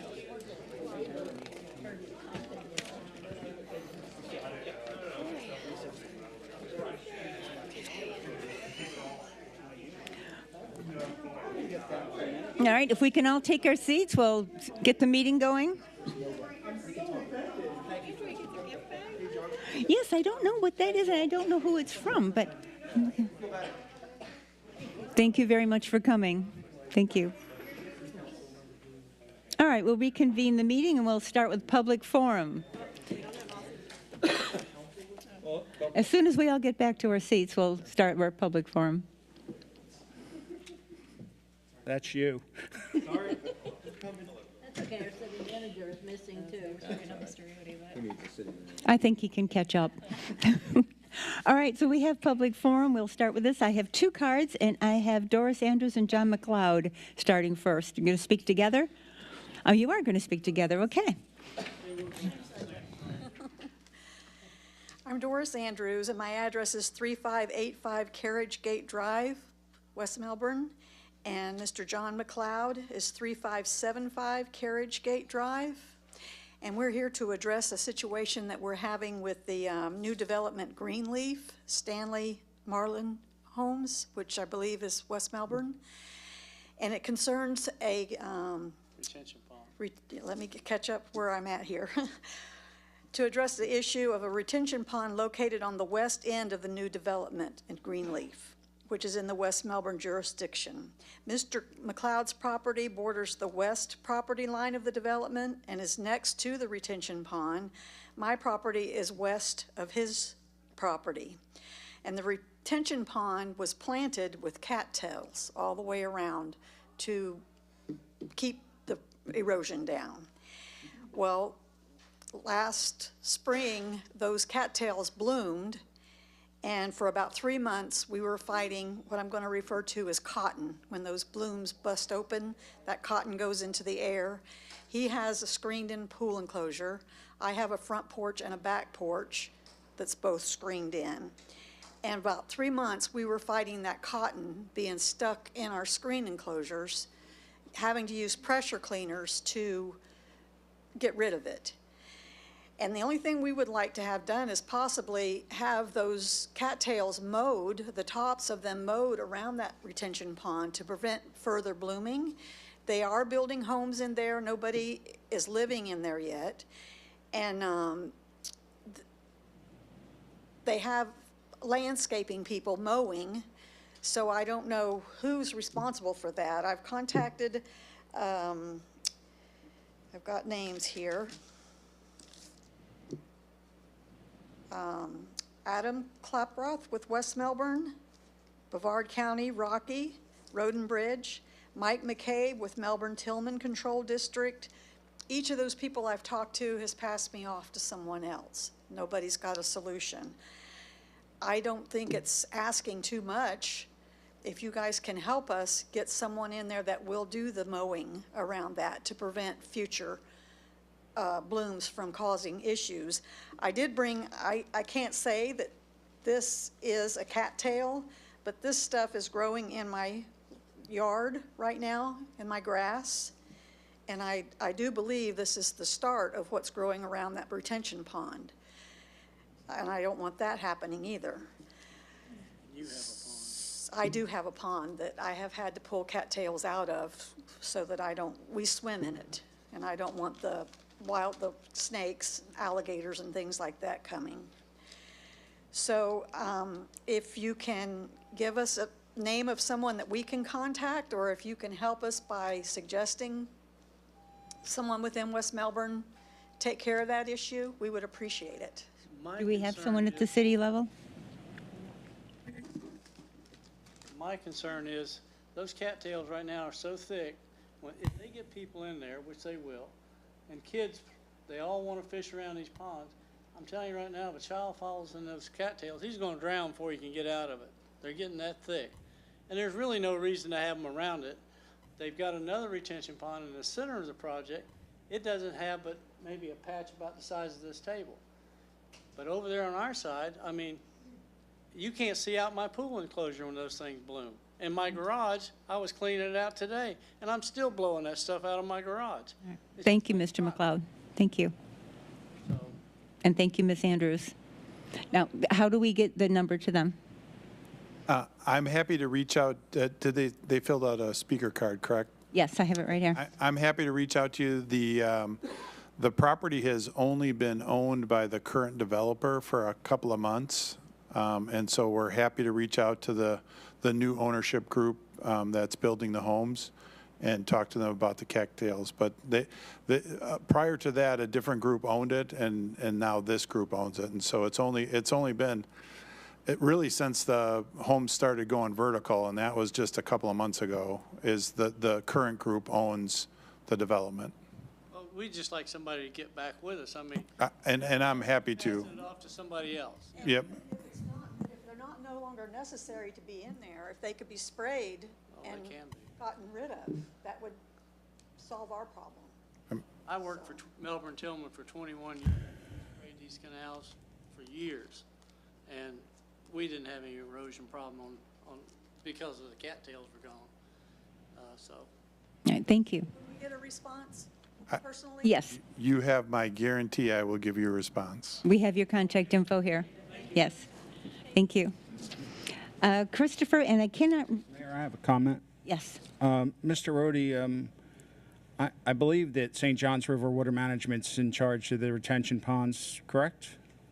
St. John's is the permitting agency, but my guess is while Part of our permit, the reason I bring it up is part of our permit, cattails are not allowed to be used as one of the plants Erosion planted control. on the lake bank. So if there is cattails there, they will be required to get rid of them. So they might want to confirm that with St. John's, but it's written right into our permit that we're not allowed to use them because they're indigenous to the area. My guess is this had more to do with the transition of the land that took longer than they expected. And I'm so just there was saying that they some should be neglect. required to remove them because they're not allowed. Thank you. All right, thank you. Christopher, I can't make out your last name here. URNS. It is, all right. Sorry, was the cursive just a little bit too subtle? Thank you. And it says here that you live in Manchester Lakes, but I don't know where. What's the address? 1428 Alderburg. It's a tongue twister, trust me. 1428 and the name? Oh, Edelberg, okay. It's always a tongue twister when we're like, how do you spell that? Attilburgh. Huh? Oh, okay. I'm in there quite often. I can spell it. Hopefully for the right reasons. So, thank you all for your time tonight. I will try to be brief. I'm known for being a little bit long-winded, so I will try to be. You've got 3 minutes. I see. Yes, ma'am. So what I really wanted to bring this about is about a month ago, the city of Melbourne decided to pull the water quality and pull fluoride out of the water.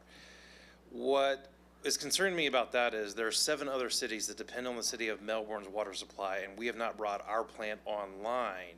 And they did it of their own volition without asking consent, opinion, or a vote from any of the other 7 municipalities. And I got up there and spoke about what I actually thought was really just a water quality issue. If you pull the EPA's data, you pull their own water quality, even our own, there's arsenic contamination, chloride contamination, heavy metals, PFAS, you name it, all in there. That unfortunately we're still drinking. They pulled something out that has 100 years of good data saying it's good and prevents huge health problems, but didn't address any of these other issues. So RO plants, as we know, are expensive, but I see an opportunity space here where West Melbourne can really be a case study of if you follow good science, good public health, and good public policy, it benefits everybody in the long run. There were a total of 7 cities that did not get a vote, and they took this vote at 1:36 a.m. in the morning. I was there. I was not happy about a public policy decision being made where we're all sleep deprived. I don't know how many Red Bulls I can down and still be coherently coefficient. It was not at that point in time. So how can they make an informed decision that affects all of us? So my thought was this: there's a lot of things we can do to really pay back, this very, very expensive multi-million-dollar investment the city of West Melbourne is doing. First off, there are 7 other cities, 6 others that could buy water from us to offset the cost of it. The plant is already over-designed from the get-go to handle the growth we're expecting over the next 20, 30 years. But if you increase the demand on it right now in year 0, when the plant comes online to these other cities that did not get a vote, did not get an opinion, did not have a choice, the payback period drastically compresses, which is good for our city, and we're also doing a good public health service along for the ride. The other thing is, this is a very STEM-heavy economy. On average, if you run the GDP of Brevard, it's $32 billion, give or take. If you run that by the populations, that's $112,000 per person. If STEM professionals like myself start seeing municipalities and cities go away from good science that has over a 100-year track record, why would we want to stay? Why would we still live in this area? Orlando is just as short a commute for me to the Cape as anywhere else is. Just something to think about from an economy, public health, tax base, and perspective. Another thing, you could literally see the plant pay for itself much more quickly than if we went all by ourselves. And also, quick case study if you want to see good public health policy versus bad public health policy that's not based on science. So I digress unless there's any questions, comments, concerns for me. Wow, that was a lot. That was a lot in 3 And minutes. I wasn't even done finishing. Am we allowed to comment? Yes, please. Yeah, I would comment. You said, I think, that we could provide water to other cities. You alluded to that, but the infrastructure the infrastructure we currently have only connects to Palm Bay and Melbourne. And it would be a lot more expensive than what we're currently paying to build infrastructure to reach other cities, especially when we're not next to those cities. Agreed, but that's also something where they can chip in to build the infrastructure or come up with a public policy of financing in some way where the cost is shared, split, reinvest it, redistribute it, reimbursed. There's lots of public ways to look at that for beefing up infrastructure to do it that just builds in redundancy and reliability, however you want to slice and dice it or define it. Thank you. Thank you very much. All right. That's all I have for public comment. Oh, I'm sorry, I missed it completely. Mr. Gaylord. Thank you for your presentation, first of all. I just wanted to quickly note, talking to Mr. Rohde just now, the current construction of the water plant we had a public hearing about this a couple weeks ago. The current construction of the water plant is scheduled right now to basically have I don't know if you would call it an enclosure, that would be where hypothetical fluoride could go. This is an issue that's going to be coming up to council eventually somewhere down the road. But as it stands right now, the current plans for the water plant do contain, this enclosure for hypothetical fluoride. Yeah. Yes. So just wanted to point that out to you as well. Nope, I'm aware that it's in there. The issue is making sure the good science of, hey, if you build it in there for a reason, utilize it. Because not using it is bad as denying even using it to begin with. Yeah, we're just keeping our options open. Right. So. Ms. Volz. Yeah, I have a question. Are you saying that we should be putting fluoride in? Absolutely. There's 100 years of good science behind it. Did you ever look at the back of your toothpaste tube? Yeah, it's got fluoride in it, but Yeah. it's a dosage issue, not just an individual. Yeah, it says, yeah. there's If a you have reason any little kids, you could call poison control. The poison control is a Mayor, can I have a little point of order? I don't think it's time for debate on this issue. I think it's just public comments at this time. Yeah. Ms. Adams. Thank you, Mayor. I just wanted to invite him since he had said he had other notes and, I'm sorry you only have your 3 minutes, but if you would like to do so, I think it would be great to formulate your thoughts in an email, and if you send it, we all have a city council email, and we'd love to see all your information. And just to the city council's email directly? Yes. City clerk. Yeah, if you send it to the city clerk, she sends it to all of us. Thank you. Yes. For the future, you are certainly right, Mr. Frampus. This is not the time to do this. This is public forum. Consent agenda. Then thank you very much. Public forum is ended. I do not have any more cards. Thank you. Consent agenda. Can I have a motion to approve the consent agenda, please? Mr. Francis? Make a motion, we approve the consent agenda. And I have a second?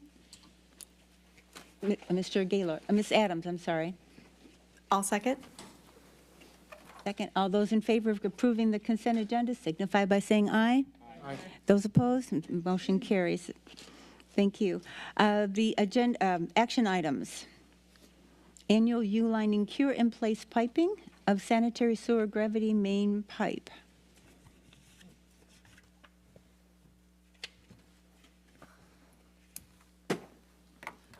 Evening, Mayor, Deputy Mayor. Good evening. Council members. Make it short. This is our annual yearly U-lining of our gravity sewer mains. This year, we're looking to do 3,509 feet, and we're going to continue using in Citriform Technologies, which the city's been using them for the past 17 years. This year, it's a little different twist that in Citriform Technologies is an Omni partner, and we're also a Omni partner also, which means we could utilize and go off the Omni membership for their service. We did the same thing when we purchased the Playscape. We're a member of Omnia, and we went through Omnia also to purchase our Playscape. This seems to be the new norm, coming up with a lot of vendors that are joining, whether it's the sheriff's contract, Eversource, not Eversource, Sourcewell, and Omnia. So it's a easier application, obviously, for us. We did budget approximately $270,000 for this maintenance, and I would like to recommend through the city council that the city manager awards the contract to Citriform Technologies through the piggyback contract number 23-65-PW, DuPage County, Illinois, in the amount for $238,527.85. All right, thank you. What's the wish? Ms. Volz? Yes, I have a question. How on earth do we get hooked up with DuPage County, Illinois? What it is I mean, this just, it's like we're here in Florida. This doesn't make sense to me. right. So in Citriform, what they did, they had to, when they signed up for Omnia, they had to give them a price of what they're charging through the Omnia purchasing agency. So what they're doing is that's their contract for pricing that came from there. They're listed in that aspect for it. So you know the price you're getting. So. Whatever you say. Is that a motion, Ms. Volz? Yes. All right, thank Move you. to approve. Mr. Francis? What's the motion? Did she make the motion? She made the motion to Yes. authorize the city manager to award the contract. Okay. I'll second with a question. Second with a question. All right, please ask your question. Mark, is this consistent with past years in the lining? Has it gone up with the per foot costs? Yeah, last year we paid $24.40, but we were at the end of the contract. We piggybacked off St. Augustine's contract. That was at the end of their contract, a 5-year contract that they had in Citriform through them. Oh, it's consistent? Yeah. Thank you. Thank you. Ms. Volz, your light is still on? Oops, sorry. All right, thank you. All right, all those in favor of authorizing the city manager to award the contract signify by saying aye. Aye. Those opposed? Motion carries. Thank you, Mr. Piccirillo. Thank you. All right, next item.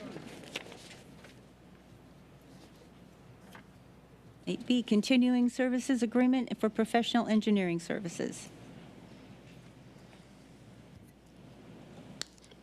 Yes, Good evening, Mayor, Deputy Mayor, council members. Mark Petroni. Good evening. What you have in front of you is continuing service agreements for professional engineering.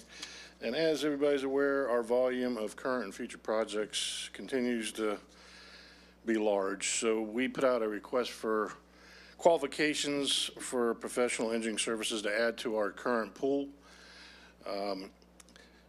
If you look at all the bullet points, those are kind of the services that we've picked engineers out. We kind of figured the last bullet that I added on there when we were going through, this RFQ was basically to kind of look at hydrogeologic engineering services related to well fields and injection wells. So what we did, we wanted to try and add another pool to be able to select, and as we go along, once these are approved, once we get to those particular orders, we go and ask them to put task orders in. So the RFQ was put out, and we got 3 good proposals on the 22nd. On the 29th, our ranking committee met, and we scored the 3 that came in. And you can see, based on the attachments, the 3 firms. One was Dewberry Engineering, McNabb Miller Hydrogeologic Consulting, and Kimley Horn. They all scored very well. If you average those out, they're all in the 90 percentile. From the fiscal standpoint, with the RFQs, there's really no fiscal impact. As we go along and we choose, we do the procurement policies for that particular group as we select them. So based on all that, I'm here to suggest and recommend that you authorize our city manager to enter into the continuing service contracts with each of the following firms, which is the Dewberry Engineers, Inc., McNabb Miller Hydrogeologic Consulting, and Kimley Horn. All right, thank you, Mr. Francis. Make a motion we authorize. I'll make a motion we authorize the city manager to enter in continuing services contracts as written. Thank you, Mr. Bentley. Second. Thank you. All those in favor signify by saying aye. Aye. And those opposed, say by nay. Motion carries. Thank you very much, Mr. Petroni. Well, you don't get rid of me. You had the next item as well. Contract with Well Site Development Project. Yes, this agenda item is related to the contract award for the Well Site Development Project. As you're aware, we have selected Hazen and Sawyer to be the engineer from RFQs back in the day. In September 21, there was other task orders done that got our wells. We selected Hazen to design those, and the wells, our 7 wells that we have been all constructed. Hazen and Sawyer was then given another task order to go ahead and do the design permitting for the well site developments, which is basically the second, the last piece of the puzzles for the water treatment plant. They came on, I believe it was on October 21st. They achieved 100% on their design, presented all their documents for the bid. We put the bid out, and on November 8th and January 10th of this year, we received 2 bids from qualified contractors, Lawrence Lee Construction and Florida Design Drilling, with Florida Design Drilling presenting the lowest bid. As usual, we go and we do research on the companies. We checked all the references, confirmed, verified, as did Hazen and Sawyer. And based on all the verifications that came back in, they submitted their letter of recommendation, which is to award the contract to Florida Design Drilling. The bid amount is, this one's actually below what the engineer's estimate of probable cost was too. So we're doing pretty good. And then if you look at both bids, they actually came in pretty close. We didn't have a very big discrepancy as we've had on the other ones. The bid amount also includes the 5% owner's contingency that we like to include as well. Based on that, I'm here to also recommend that you authorize and approve the city manager to execute a contract with Florida Design Drilling, an amount not to exceed $4,238,325. And I'll answer any questions on this one. Thank you. Boy, that rolls just right off your tongue. $4 million. Yeah, well, this was a little smaller than the last one. Mr. Bentley. Yeah, I'd make a motion to approve and authorize the city manager to execute a contract with Florida Design Drilling in the not-to-exceed amount given. Ms. Adams? I will second with a question. With a question, please. Thank you. I feel like we've seen a couple contracts recently where we see a regular discrepancy between different areas that are built into, their bid price in terms of why one is significantly different than the other. Looking at the different numerical breakdowns, I'm looking at 8C4 for council. Looking at the different numerical breakdowns, they've got a significant difference when we're looking at like MW2 of 80,000 to 444 or 400,045. Oh my gosh, I can't speak today. But that's a significant difference to me. Is that just built in no matter where they fall in the numbers in terms of where they expect to see their cost measures? Or is that specific to that company looking, at how they construct? I don't have the MW2 actually in front of me, but that's the monitoring wells. I do know one, which is located in the city of Melbourne, which that might be it, has a little bit more challenges to it, but I can't tell you and predict why one contractor puts more money into one area. I believe we had the same question related on the water treatment plant. They have different costs, different ideas on how they get there. Unfortunately, we have to look at the end result, which is the bottom line, and they seem to still be coming in. However they decide to put those dominoes into effect and how they fall, they're still coming in below where we really need them to be, and that's kind of unfortunately what I have to focus on, and I'm not allowed to ask questions, but it is a good question. That's fair, and I understand, based on the location where it may be going, that could be a difference, but when I see 445,000 versus 80,000, that's a significant difference. Thank you, sir. All right, thank you. Any other comments? No other questions? We have a motion from Mr. Bentley and a second from Ms. Adams. All those in favor signify by saying aye. Aye. Those opposed? Motion carries. Thank you very much. Mr. Rohde, the next item is yours, off-system construction and maintenance agreement. All right, so thank you, Mayor, Deputy Mayor, Council. Excited to bring this item forward as we continue to get closer and closer to the Ellis project, leaving the theoretical and becoming the actual project. They're currently working on getting out the clearing and grubbing contract.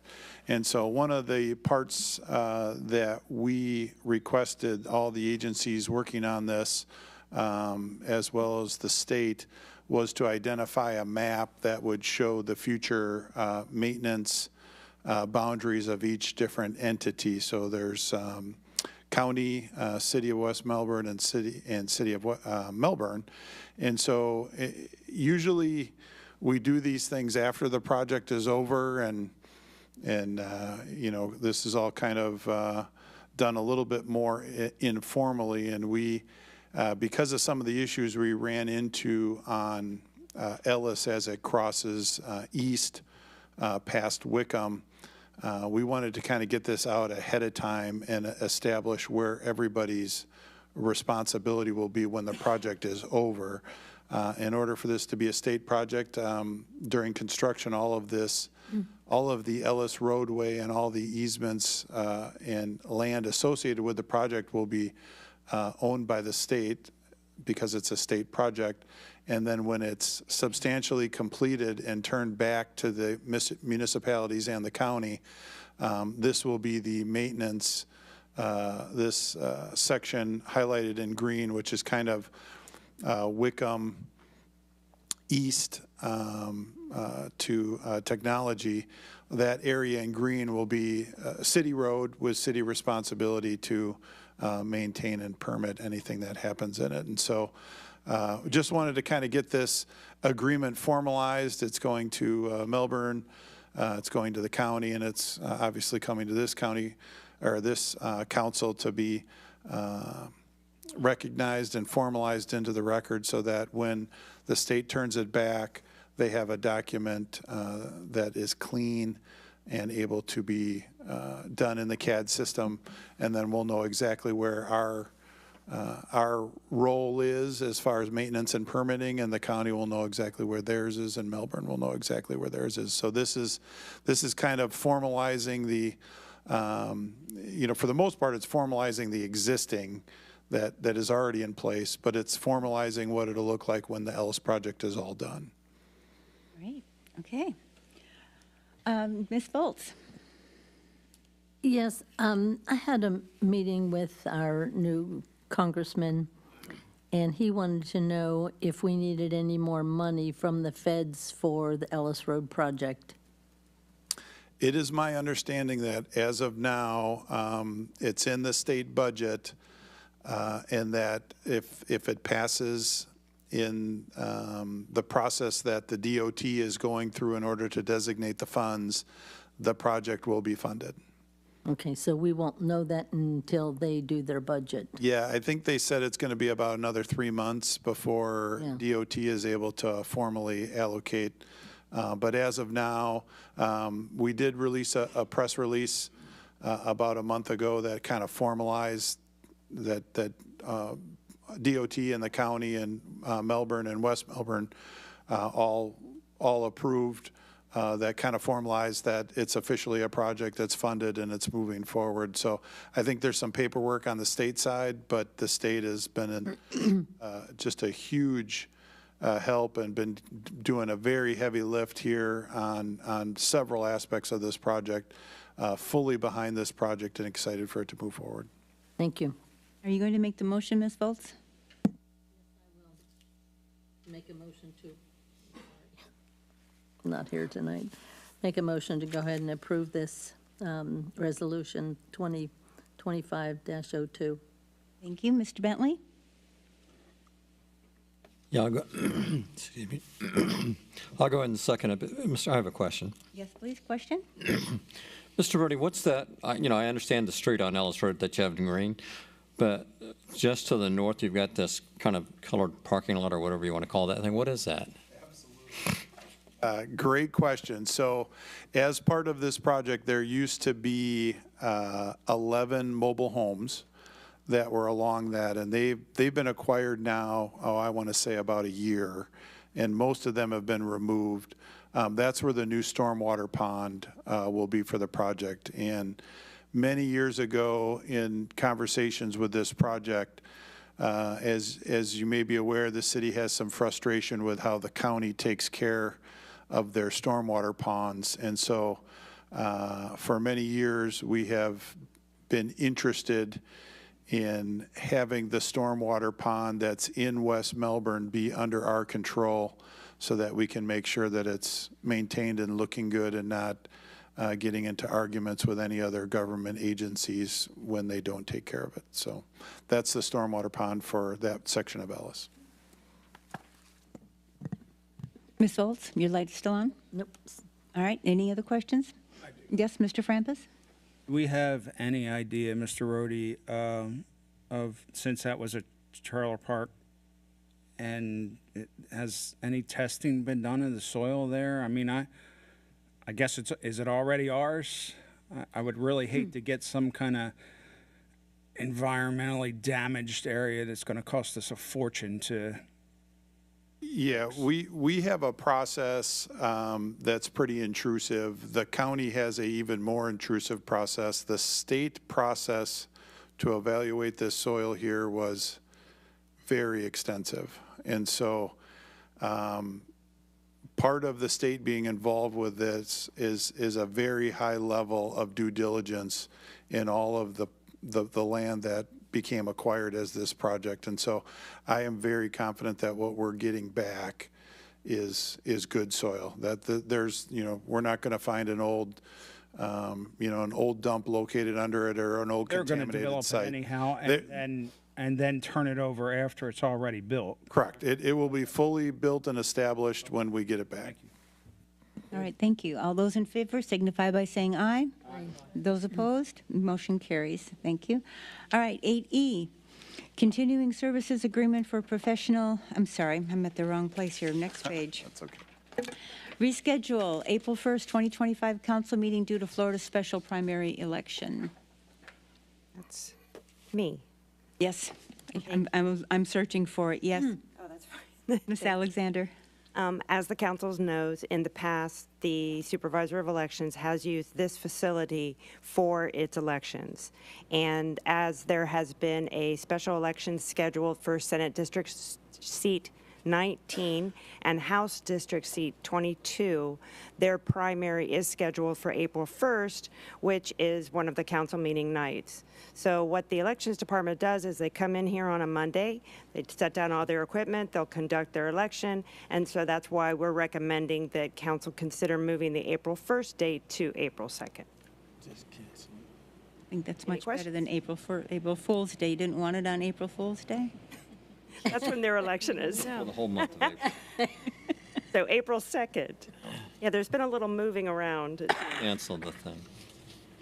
Okay, Ms. Adams. Thank you, Mayor. I make a motion to reschedule the April 1st, 2025 council meeting to April 2nd, 2025. I did have a quick question. Will they be able to have everything kind of packed up and out within the next day after that? They're usually pretty quick about that. I'm imagining they'll probably be out of here by early afternoon. Okay, thank you. Mr. Frampus. I'll second with a question. Yes, question? Mr. Rohde, agenda's been pretty light lately. We do have a second meeting already scheduled in April. Is there a possibility it might just be best to cancel the meeting and have just move to the second meeting, or? Councilman, you're breaking my heart. Just asking.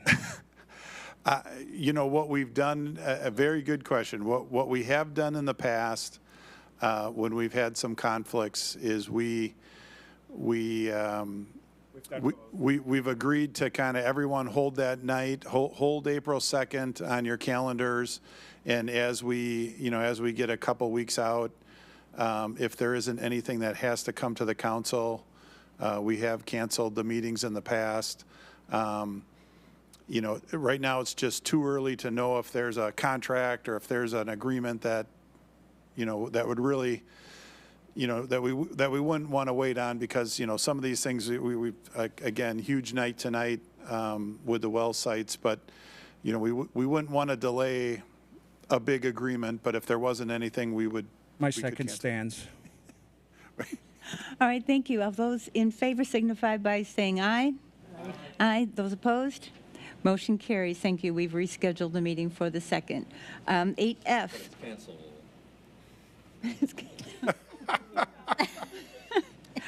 Okay, 8F, which is really 10B. So this is going to be the annual update of the 5-year capital improvement plan. Thank you, Mayor, Deputy Mayor, and Council. It is my great honor to essentially kick off the budget season for our 25-26 budget year coming up here. As part of a statutory requirement with our comp plan, we are required to create a 5-year CIP plan and then formally have that approved by the council in order to keep that each year updated with our comprehensive plan. And so what we've put together is kind of the first step of that, and I'm in a second here I'll run down some of the projects, but this one is a little bit more at a higher level. So this is the major project. So you're not going to see, you know, $5,000 items on this. This is going to be our major projects list. And again, this is items that we anticipate coming in the 5-year, but then gets more formalized when we get into the budget. When we present the budget with the actual CIP, it certainly gets kind of drilled down to a higher level. But this is our 5-year CIP plan. I'm just going to run down some projects. I don't want to go into anyone particular, but I'm happy to answer any questions on all of these.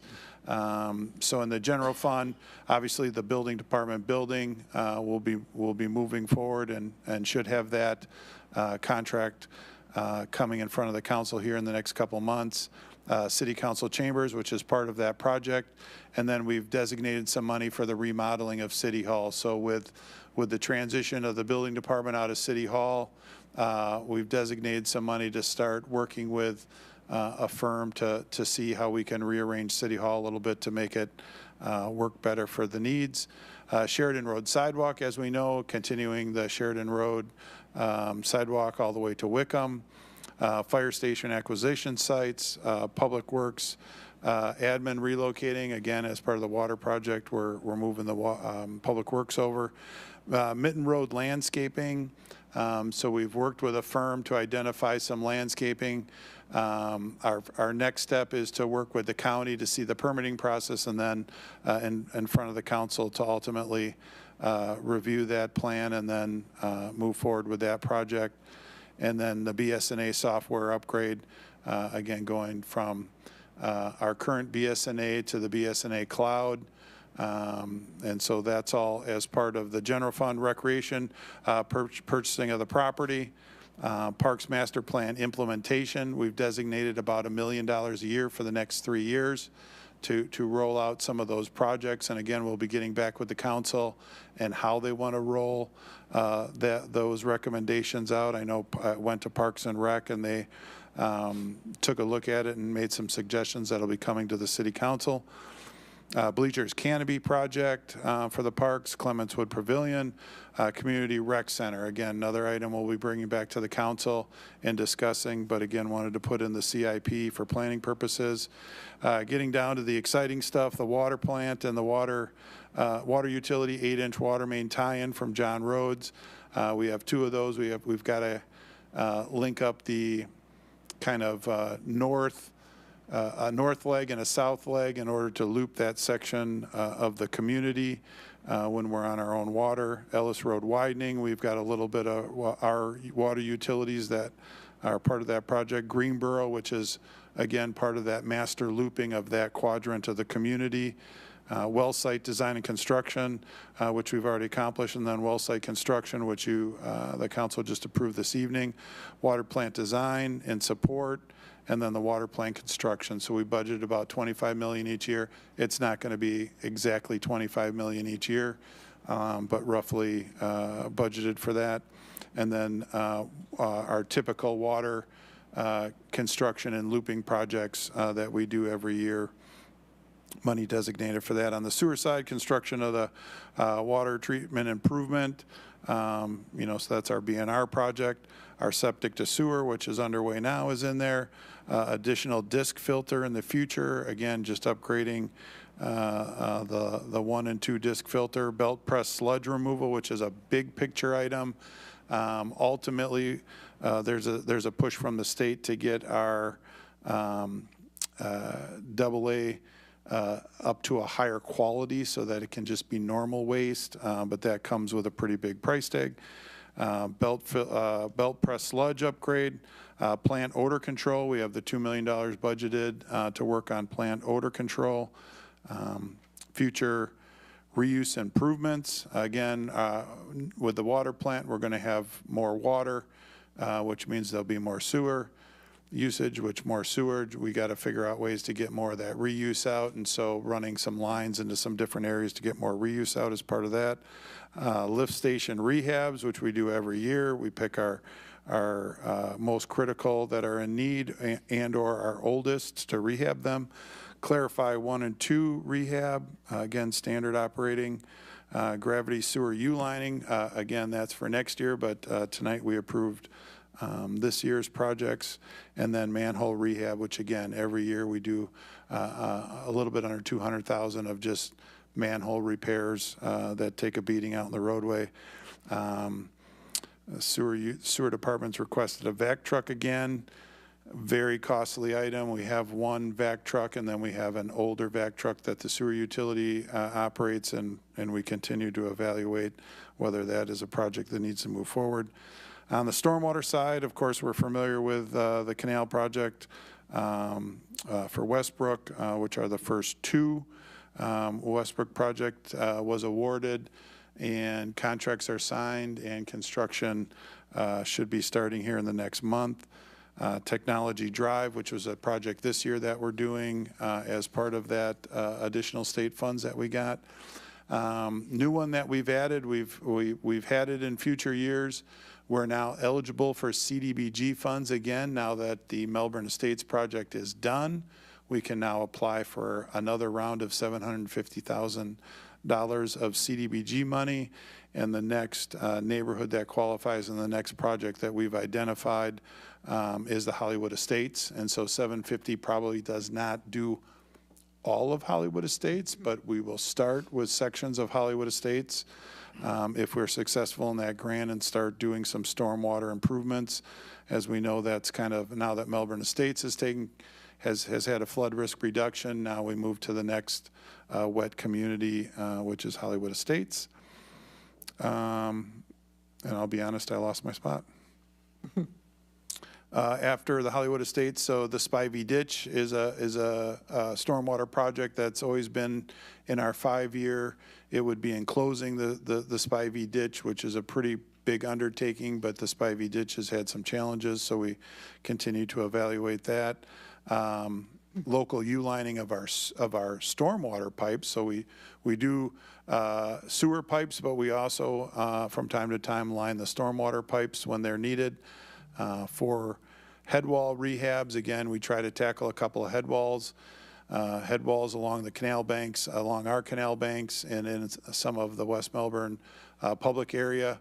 They do not last forever, and so we identify ones that need to be done. So that's I'm sorry. Oh, go ahead. Interrupt. You're fine. Where's the Spivey Ditch? Along the Spivey property. Did that help? No. The farm on Henry. The Spivey Ditch is part of the Spivey Farm, which is that one stretch of land on Henry that still has cows. And that's Okay. the Spivey property. Okay. And there's on the east side of the Spivey Farm, there's a West Melbourne drainage canal, and on the north, on the back, all the way in the back of the Spivey is a West Melbourne canal. So hard to get to, challenging, but ultimately at some point we're going to have to do something with that. Of course, the reality was we thought when development happened there it would take care of that, but joke's on us, it's still a farm. So Does it benefit more people than just the farm?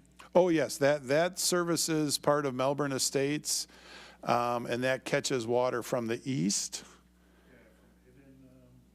Hidden Estates, Hidden Heights. So that catches that area, that stormwater flows through the Spivey Ditch. And again, I should probably reference the canal name, but everybody kind of knows it as the Spivey Ditch, so we call it the Spivey. Yes, and I apologize for that, but that catches that area, and then that brings it to Henry. So after the last one, Layla Court pipe replacement is a project that's on our horizon as well for stormwater. And then the street sweeper. So the street sweeper is now worked its way up in the CIP, and so we'll be, when we get into budget season, we'll be presenting some options for a street sweeper for the purchase to get into the 25-26 budget. Community redevelopment, which is really the only major project we have in there, is the $500,000 that we've pledged to the Ellis project. Transportation projects, the Norfolk Signal, which is out to bid currently, and I believe comes in February, I think Valentine's Day, February 14th. What? So that's trying to balance what year it'll cost. So it's about $1 million project. But we've spent some money already on the engineering design, but in the 25-26 budget is when we're budgeting to actually spend that money. But there has not been hasn't been an engineer's estimate cost difference. Well, it's not going to be 1.4. No. Yep. It's going to be a carryover. Yep. These in the CIP for the comp plan. Some of these are just carryover costs. But very good question. Engineering performing a future widening of Dairy Road from US from 192 north to Hibiscus. Again, kind of a strange little section of our roadway. So we've put that into the horizon as something that is probably coming sooner than later. And then the big one that has been added, and the one that we're getting some preliminary numbers from an engineering firm, is a reconstructive Henry. And that's kind of one of our main roads that we own and operate, but is really having some issues that it just doesn't pay to just keep prettying it up and just doing maintenance on it. We've really got to tackle the base and look at the possibility of a reconstructive Henry and do it right so that it's good for the next 50 years and we don't have to worry, we don't have to keep patching Henry. And then the Mitten Road Corridor project, again, working with the TPO and the county, trying to acquire grants and funding to improve some safety features along Mitten with some longer turn pockets and deeper ingress, egress. And then the last section we just kind of put in here as kind of a general, these are projects that are not West Melbourne projects, but projects in the area. And so we always kind of make a list just to have them on here. As we know, the county has, the county and the TPO have kind of deprioritized the Hollywood 4-laning. You know, hopefully after the Ellis is complete, we can get that back higher on the list. But right now that the Henry project has kind of fallen down. 192 repaving, which is underway right now, and then followed after the 192 repaving, the state's coming through and repaving 95, a big section of 95, which affects West Melbourne. So wanted to put those, you know, kind of the bigger projects that aren't ours per se, but certainly affect our community and our quality of life. Mr. Francis, your light is still on? Yes. Okay. I have a question. Okay. Several questions, actually. If we go back to the top for general funding, fire station acquisition site, fire station site acquisition. I thought we combined that with the purchase of recreation land too. Yes. Didn't we combine the two? It was a public service land. Right. So we changed the wording of it. Right. So it's we no longer that wording. And we will correct that. You are correct that has been our focus, not just fire site, but public use. So we talk a lot about the recreation center and recreation land acquisition. I know there was, you asked and received how much the land where Minton Grove would cost if we were interested in purchasing that. Very expensive. But it would be a perfect site for the recreation center if we were to decide we wanted to build one there. It's 18 acres, goes in line with our park plan that we have now. Is there any way to maybe purchase something like that on time over a period of a couple years to spread out the cost? Because I really think it would be a great site for us and that development, and for us to utilize in however we wanted to, recreation wise, whether you needed to put additional parking there, whether you know, keep it wooded, make some trails through there, you know, I don't know. But we could do a lot of options that we could do with that property. So this the only time I had to talk about it with council. So I mean, if we were to be serious about looking at that property, then I think we should give you that direction. So I don't know if... Yeah, and I think what we'd like to do here probably next meeting or the meeting after is get the community center back in front of the council and have those discussions. Because I think, you know, I think time is of the essence. I don't know that days matter because things move slow in the development, you know, obviously things don't move on a day level, but I was just bringing it up as far as the land goes. I think the sooner... Do we want to look at spending that much on land? We're talking, you know, several $1 million as opposed to a couple $100,000. So I don't... Right. And, you know... Yeah, and we, at some point, definitely need to circle back on this community center and kind of get the council's perspective on, you know, is this something we want to do? If it is something we want to do, then where do we want to do it? So, happy to put that on. I know it just went to Parks and Rec. Big enough to put a fire station in. You could, it'd be 18 acres is a good site. My last question is the U-lining that you talked about. That's significantly larger pipe, right? What size pipe? So we do it for the sewer. It's really important to do for the sewer utility for, just a handful of reasons. It has the same benefit for the stormwater pipes. One of the challenges we have is a lot of our stormwater pipes back in the day were metal corrugated, and they're in challenging areas to try to dig up and repair. And so sometimes we can line stormwater pipes with the same technology. Well, some of them Mark can fit in. I know they're significantly. I don't know that there's any I don't know that I can get into any, but a fit guy like Mark could get in them. Next council meeting, I should have another agenda item, technology. It's a 52-inch elliptical pipe that we're going to be lining. So the expense to that, is that like it's a big pipe, right? So it'll be $150,000 to do 240 feet. So we're paying by material. Yeah. Bigger pipe means more material. Right. So this one's in front of all the businesses there, line of oak trees, and so instead of disturbing all the oak trees and the driveway for the two businesses there, we're going to line that section.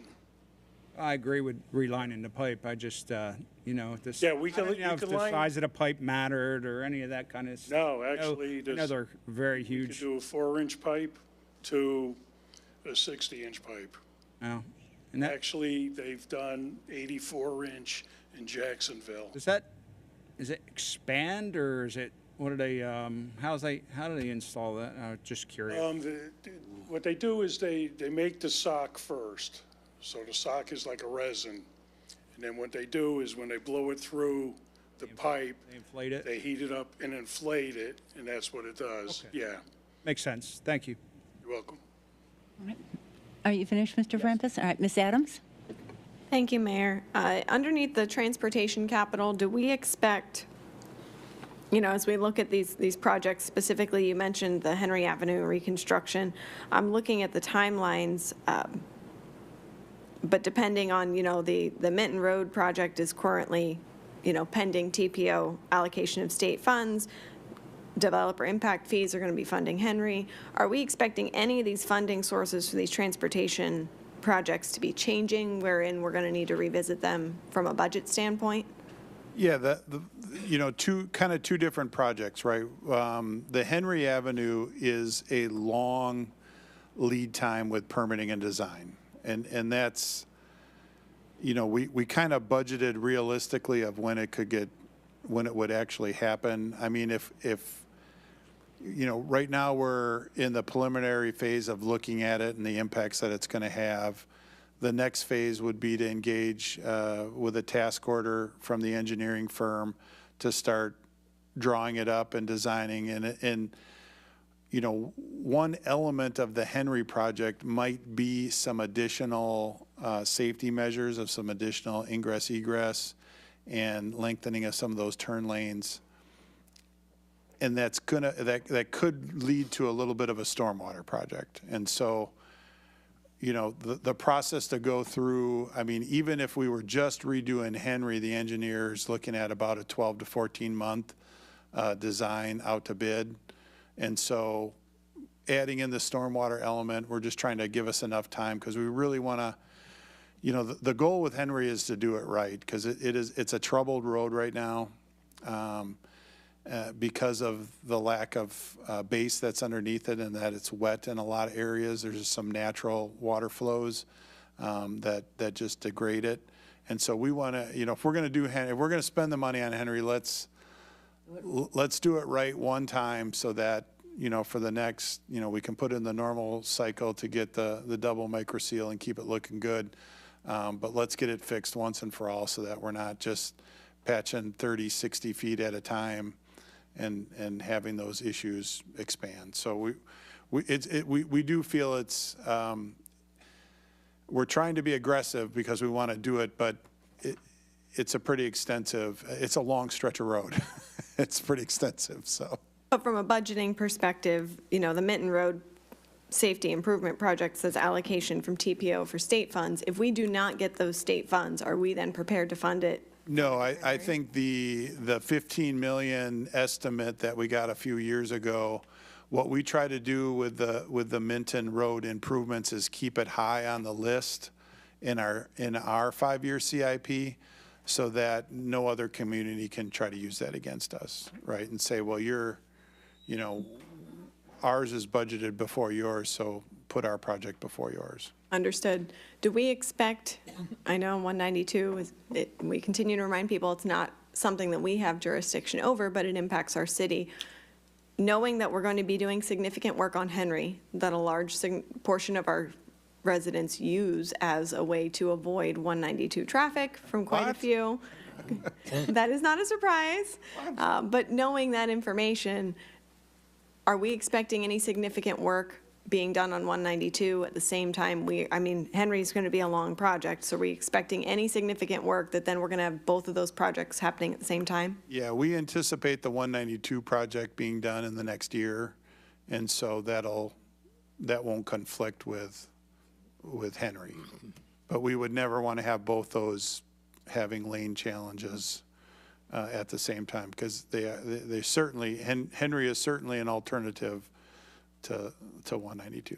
That's why I wanted to ask. And then my last question is in regards to the transportation capital that benefits us in that last category. How are we communicating to residents about these projects that are happening while they're outside of what we control? They still impact our residents. Yeah, and we try to put out the press releases from FDOT. Most of these are FDOT items. FDOT is not always forthcoming with this information, as we've experienced when they closed 192, when we closed 192, and a couple hours later they showed up to suggest that we close 192 to make those, for them to make those repairs. So, and I don't think it was maybe 5 o'clock before FDOT actually released a press release that said 192 is closed. And it closed about 11:45. So are we planning to be proactive with that information?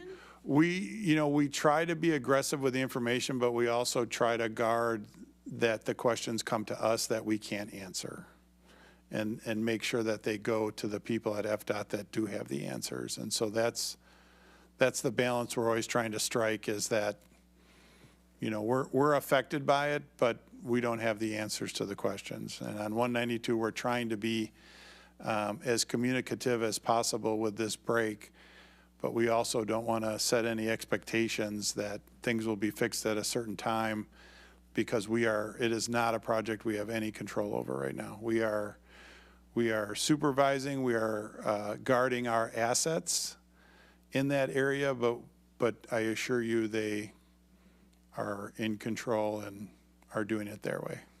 Thank you. Mr. Frampus. Thank you, Mayor. I'd like to make a motion we approve the first reading of ordinance number 2025-03, updating the city's 5-year capital improvement plan, and set a public hearing and second reading for February 18th, 2025. Thank you. Ms. McGuire. I'll second that. Thank you. We have a motion, Mr. Frampus, and a second, Ms. McGuire. All those in favor signify by... Can I read it first? We do need to read it. Sorry. This is ordinance number 2025-03, an ordinance of the City of West Melbourne, Brevard County, Florida, adopting the annual update to the capital improvements element of the comprehensive plan, consistent with Chapter 163 Florida statutes, providing for the repeal of ordinances and resolutions in conflict herewith, providing for severability and interpretation, and providing an effective date. Thank you.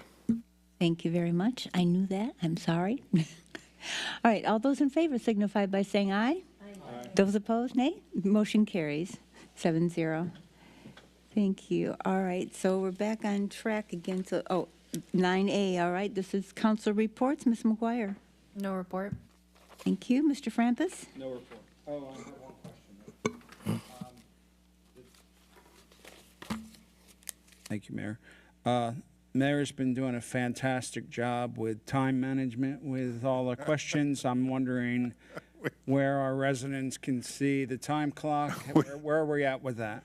We implemented the time clock system and then ran into a technical issue. The part has been ordered in classic government fashion. It will be here for our next council meeting when we probably won't have a public hearing. Might just be a little easier on the mayor. Definitely, and don't have to. And Also, I was wondering what the beeps were in the background. I was never used to hearing that. And poor Chris from the IT department's getting lower and lower in his chair back there. Thank you for that information. I think we'll need it next Thank meeting. you, Mr. Frampus. Ms. Adams? That's the, It's all right, Chris, we got you. We don't blame you. Just a couple things to highlight for council. The West Melbourne School for Science had the ribbon cutting for their science and music, arts, STEAM-type building that I know a couple of us had gone to. If you have not been there, I definitely think it's worth going to visit, see it with your own eyes, what they're bringing to the school that's in our community. The students are really excited about it, the administration, the staff, just hearing from them about what they plan to do with that space and getting to walk through it and see the students utilizing the different science opportunities and different things in the classrooms was really cool. So I thought that was worth highlighting. I did want to thank Mr. Rohde in regards to the council workshop. I thought that moved at a really good pace. Probably would have liked it to be longer just because we had, so many good things to talk about, and I really liked the discussion. As a follow-up to the Youth Advisory Board that I had proposed to council, I will be bringing probably at either the next meeting or the one following, just some feedback that was requested about different ways that we can propose an application that protects youth resident information. To be respectful of that while also kind of gleaning why they want to serve and something like that. So information will be coming on that. I wanted to invite council to kind of put on your calendar if you wish to participate. New Life Mission is doing their Community Care and Share event. I know I spoke about it last year and a couple of you had attended. They serve women with children who are experiencing homelessness in our community across Brevard County. So that date is going to be, they do a 2-date activity. It's going to be April 10th or April 11th. You can choose either date. I have served on their committee for this event for the past few years. It's a great event. It's very well attended. It lets them raise funds for their mission and what they do in our community, but it's also a good opportunity to hear directly from the women and their children that they serve. I will unfortunately be out of town for the actual event this year, which is unfortunate, but continuing to serve on that committee because I believe in their mission. And just a reminder, especially for our new council members, because you may have missed the email, but the Florida League of Cities offers their ethics training, which is required each year, and in February, which is coming up for tomorrow, they have an online ethics option if you choose to do it online versus doing it in person. They do offer it multiple times through the year, but I think this is the first one they're offering, and it's always well presented. So just looping you in if you missed that. Thank you, Mayor. All right, thank you. Ms. Volz? Where is that event on the 10th or 11th? I believe it's at the Rialto. At the Rialto? But I will double check on that and I will send you the official information. Okay, I appreciate that. I did miss the ribbon cutting over there at the school, but I told them that I would come back. I told the principal I would come back, and she came out and saw me, and when we talked, and so she invited me to come back, and she would show me, and so I'm really looking forward to doing that. I did go to John Denninghoff's retirement send-off, and John and I think he started with the county right before I started with the county on my first county commission event in 96, I think it was 90. He started in 95 because he was 30 years. Anyway, I was the only elected official there. I was really surprised. There was nobody else there, not even the commissioners at all. I was kind of disappointed at that because he was a great guy. And your event tomorrow. Is it, yeah, Friday, yeah. I really wanted to go, but our church is holding the event for special needs kids. And so I'm very involved with that. And so I'm going to be missing your event. But I just wanted to let you know that, I'll be thinking about you, that's for sure. And that's all. Thank you, Ms. Volz. Mr. Bentley. Thank you, Mayor. Yeah, I did attend the School of Science event. Nice facilities, very well put on. If you haven't gone by and seen some of their new rooms, it's worth going by and seeing. They've done a pretty good job there. And then congratulations to Diane. I think she's qualified as a finalist for the final 4 under 40 event. And so they're having the event, I think it's Friday night. And so congratulations to her. Thank you, Mayor. All right, thank you. Thank you, Mr. Bentley. Mr. Gaylord. Only thing I have is I'm doing a tour at Promise of Brevard on Friday before I go to your 4 under 40. So Friday will be a good day. So that's all I have. All right. I just have a couple things. When you do the reconstruction on Henry, so Henry and Doherty, it's really difficult because so much traffic going down Doherty, going to Publix and going through there. Can we get a light there? I know there was a light planned when the road was going to extend, but we're not doing that road now. So is it possible to get a light there for that traffic? We will definitely be evaluating that. I don't, we'll bring some options. And we're open to that. I don't know if it meets the traffic need for a light, but Oh, yes, it does, I can tell you. If you ask we certainly now is the time to look into a light. Okay, can you put that on your list of things? Did you say roundabout or did you say light? I did not say roundabout. Oh, you kind of broke up. I didn't know if you. A good one. We will definitely, when we get into the planning phase, we'll definitely have that evaluated. Right. Thank you. And I wanted to thank Mark Picarillo and his group for finally power washing that wall that is at Clifton and Henry. Have you noticed that black, ugly wall is now no longer black and ugly? Thank you for getting that done. Thank you to Mark Picarillo's Public Works guy. It looks so much better now. Thank you getting that done. This morning I went to the sheriff's opening for the new animal hospital out there on O'Galley. It is a state of the art. It rivals with Held First. It is so nice, really, really nice. And you see the sheriff, and he's a big, tough guy. But apparently, Junie had some things happen to him. He's had cancer, and now he's in the little wheelchair type thing. It was tough to see the sheriff choke up on this.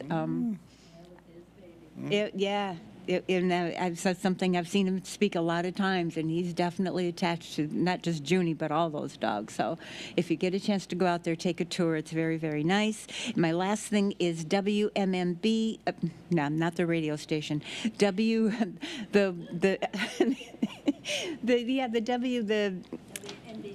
business association, that, not the radio station, and also, so I spoke with their new president, Keith G., and they are working on very diligently on reviving that and getting more of the businesses and making this a real thing. I know they've tried that before, but they've had a shake-up in their hierarchy and in their management, we'll call it that. So I'd really like to work with them, and please, if you can, go to their meetings, support them, and because then that will blend into our group here, our.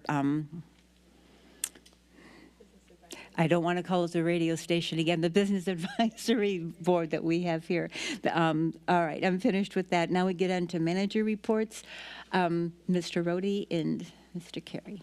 Oh, I'm sorry. I'm going to turn it over to our Finance Director, Candace Blake, and she is going to present the first quarter for the beautiful city of West Melbourne. Yes. Good evening, Mayor and Council. I will just hit on a few highlights on this. I won't go line by line, but if you have any questions, I'm happy to answer those.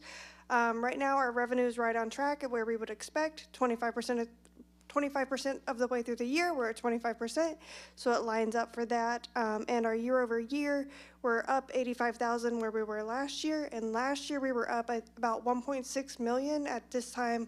So we just continue to keep growing our revenue as we expect.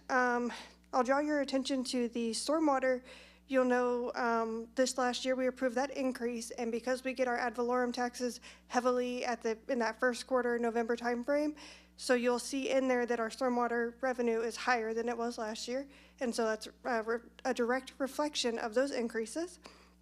I also want to point out that while we signed the agreement, or while we signed the bond proceeds, we received everything for that. It is not reflected in this report. I'm working with our auditors. I want to make sure that that is recorded absolutely correctly in our books and that everything is covered there.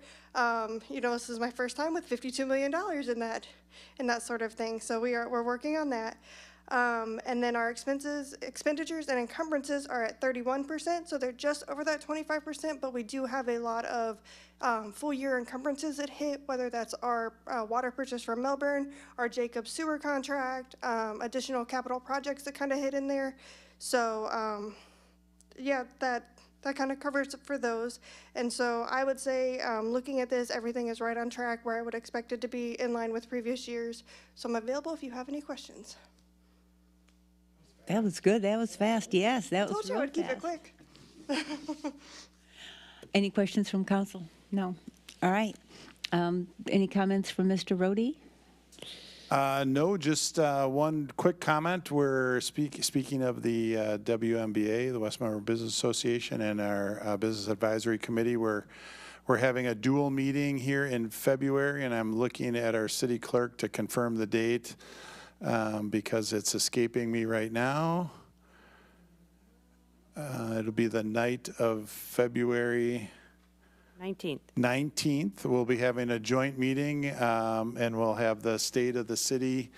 I'll present the state of the city, and then at our next council meeting, the mayor will present the state of the city to the council.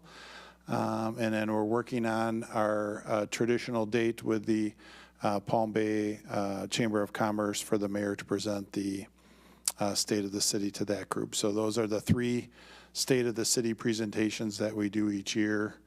The mayor's looking at me like, oh no. No, there's one more. Oh, and then the mayor does a special Hollywood Estates state of the city. Well, okay, then there's two more. Oh, geez. So those will be coming. We're wrapping up the numbers from last year to put those all together to present. So looking forward to those events as always. Thank you, Mr. Carey. Just wanted to take the opportunity to remind you that the clerk sent you an email yesterday informing you that the Florida League of Cities is having their first ethics webinar of the year. You are all mandated by state law to attend a 4-hour ethics training every year.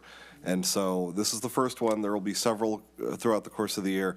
But the longer into the year you get, the closer then you get, you don't want to let it go past because it is something that's enforceable by the Ethics Commission. They do have authority to fine you or other sanctions. And especially for the new members, want to make sure that you're participating in this because it really helps you to think about how to approach ethical issues. And so, if you can take advantage of that tomorrow, I think you can still register. So go find the clerk's email from yesterday and do so. If not, don't forget about it because you are going to need to do one at some point.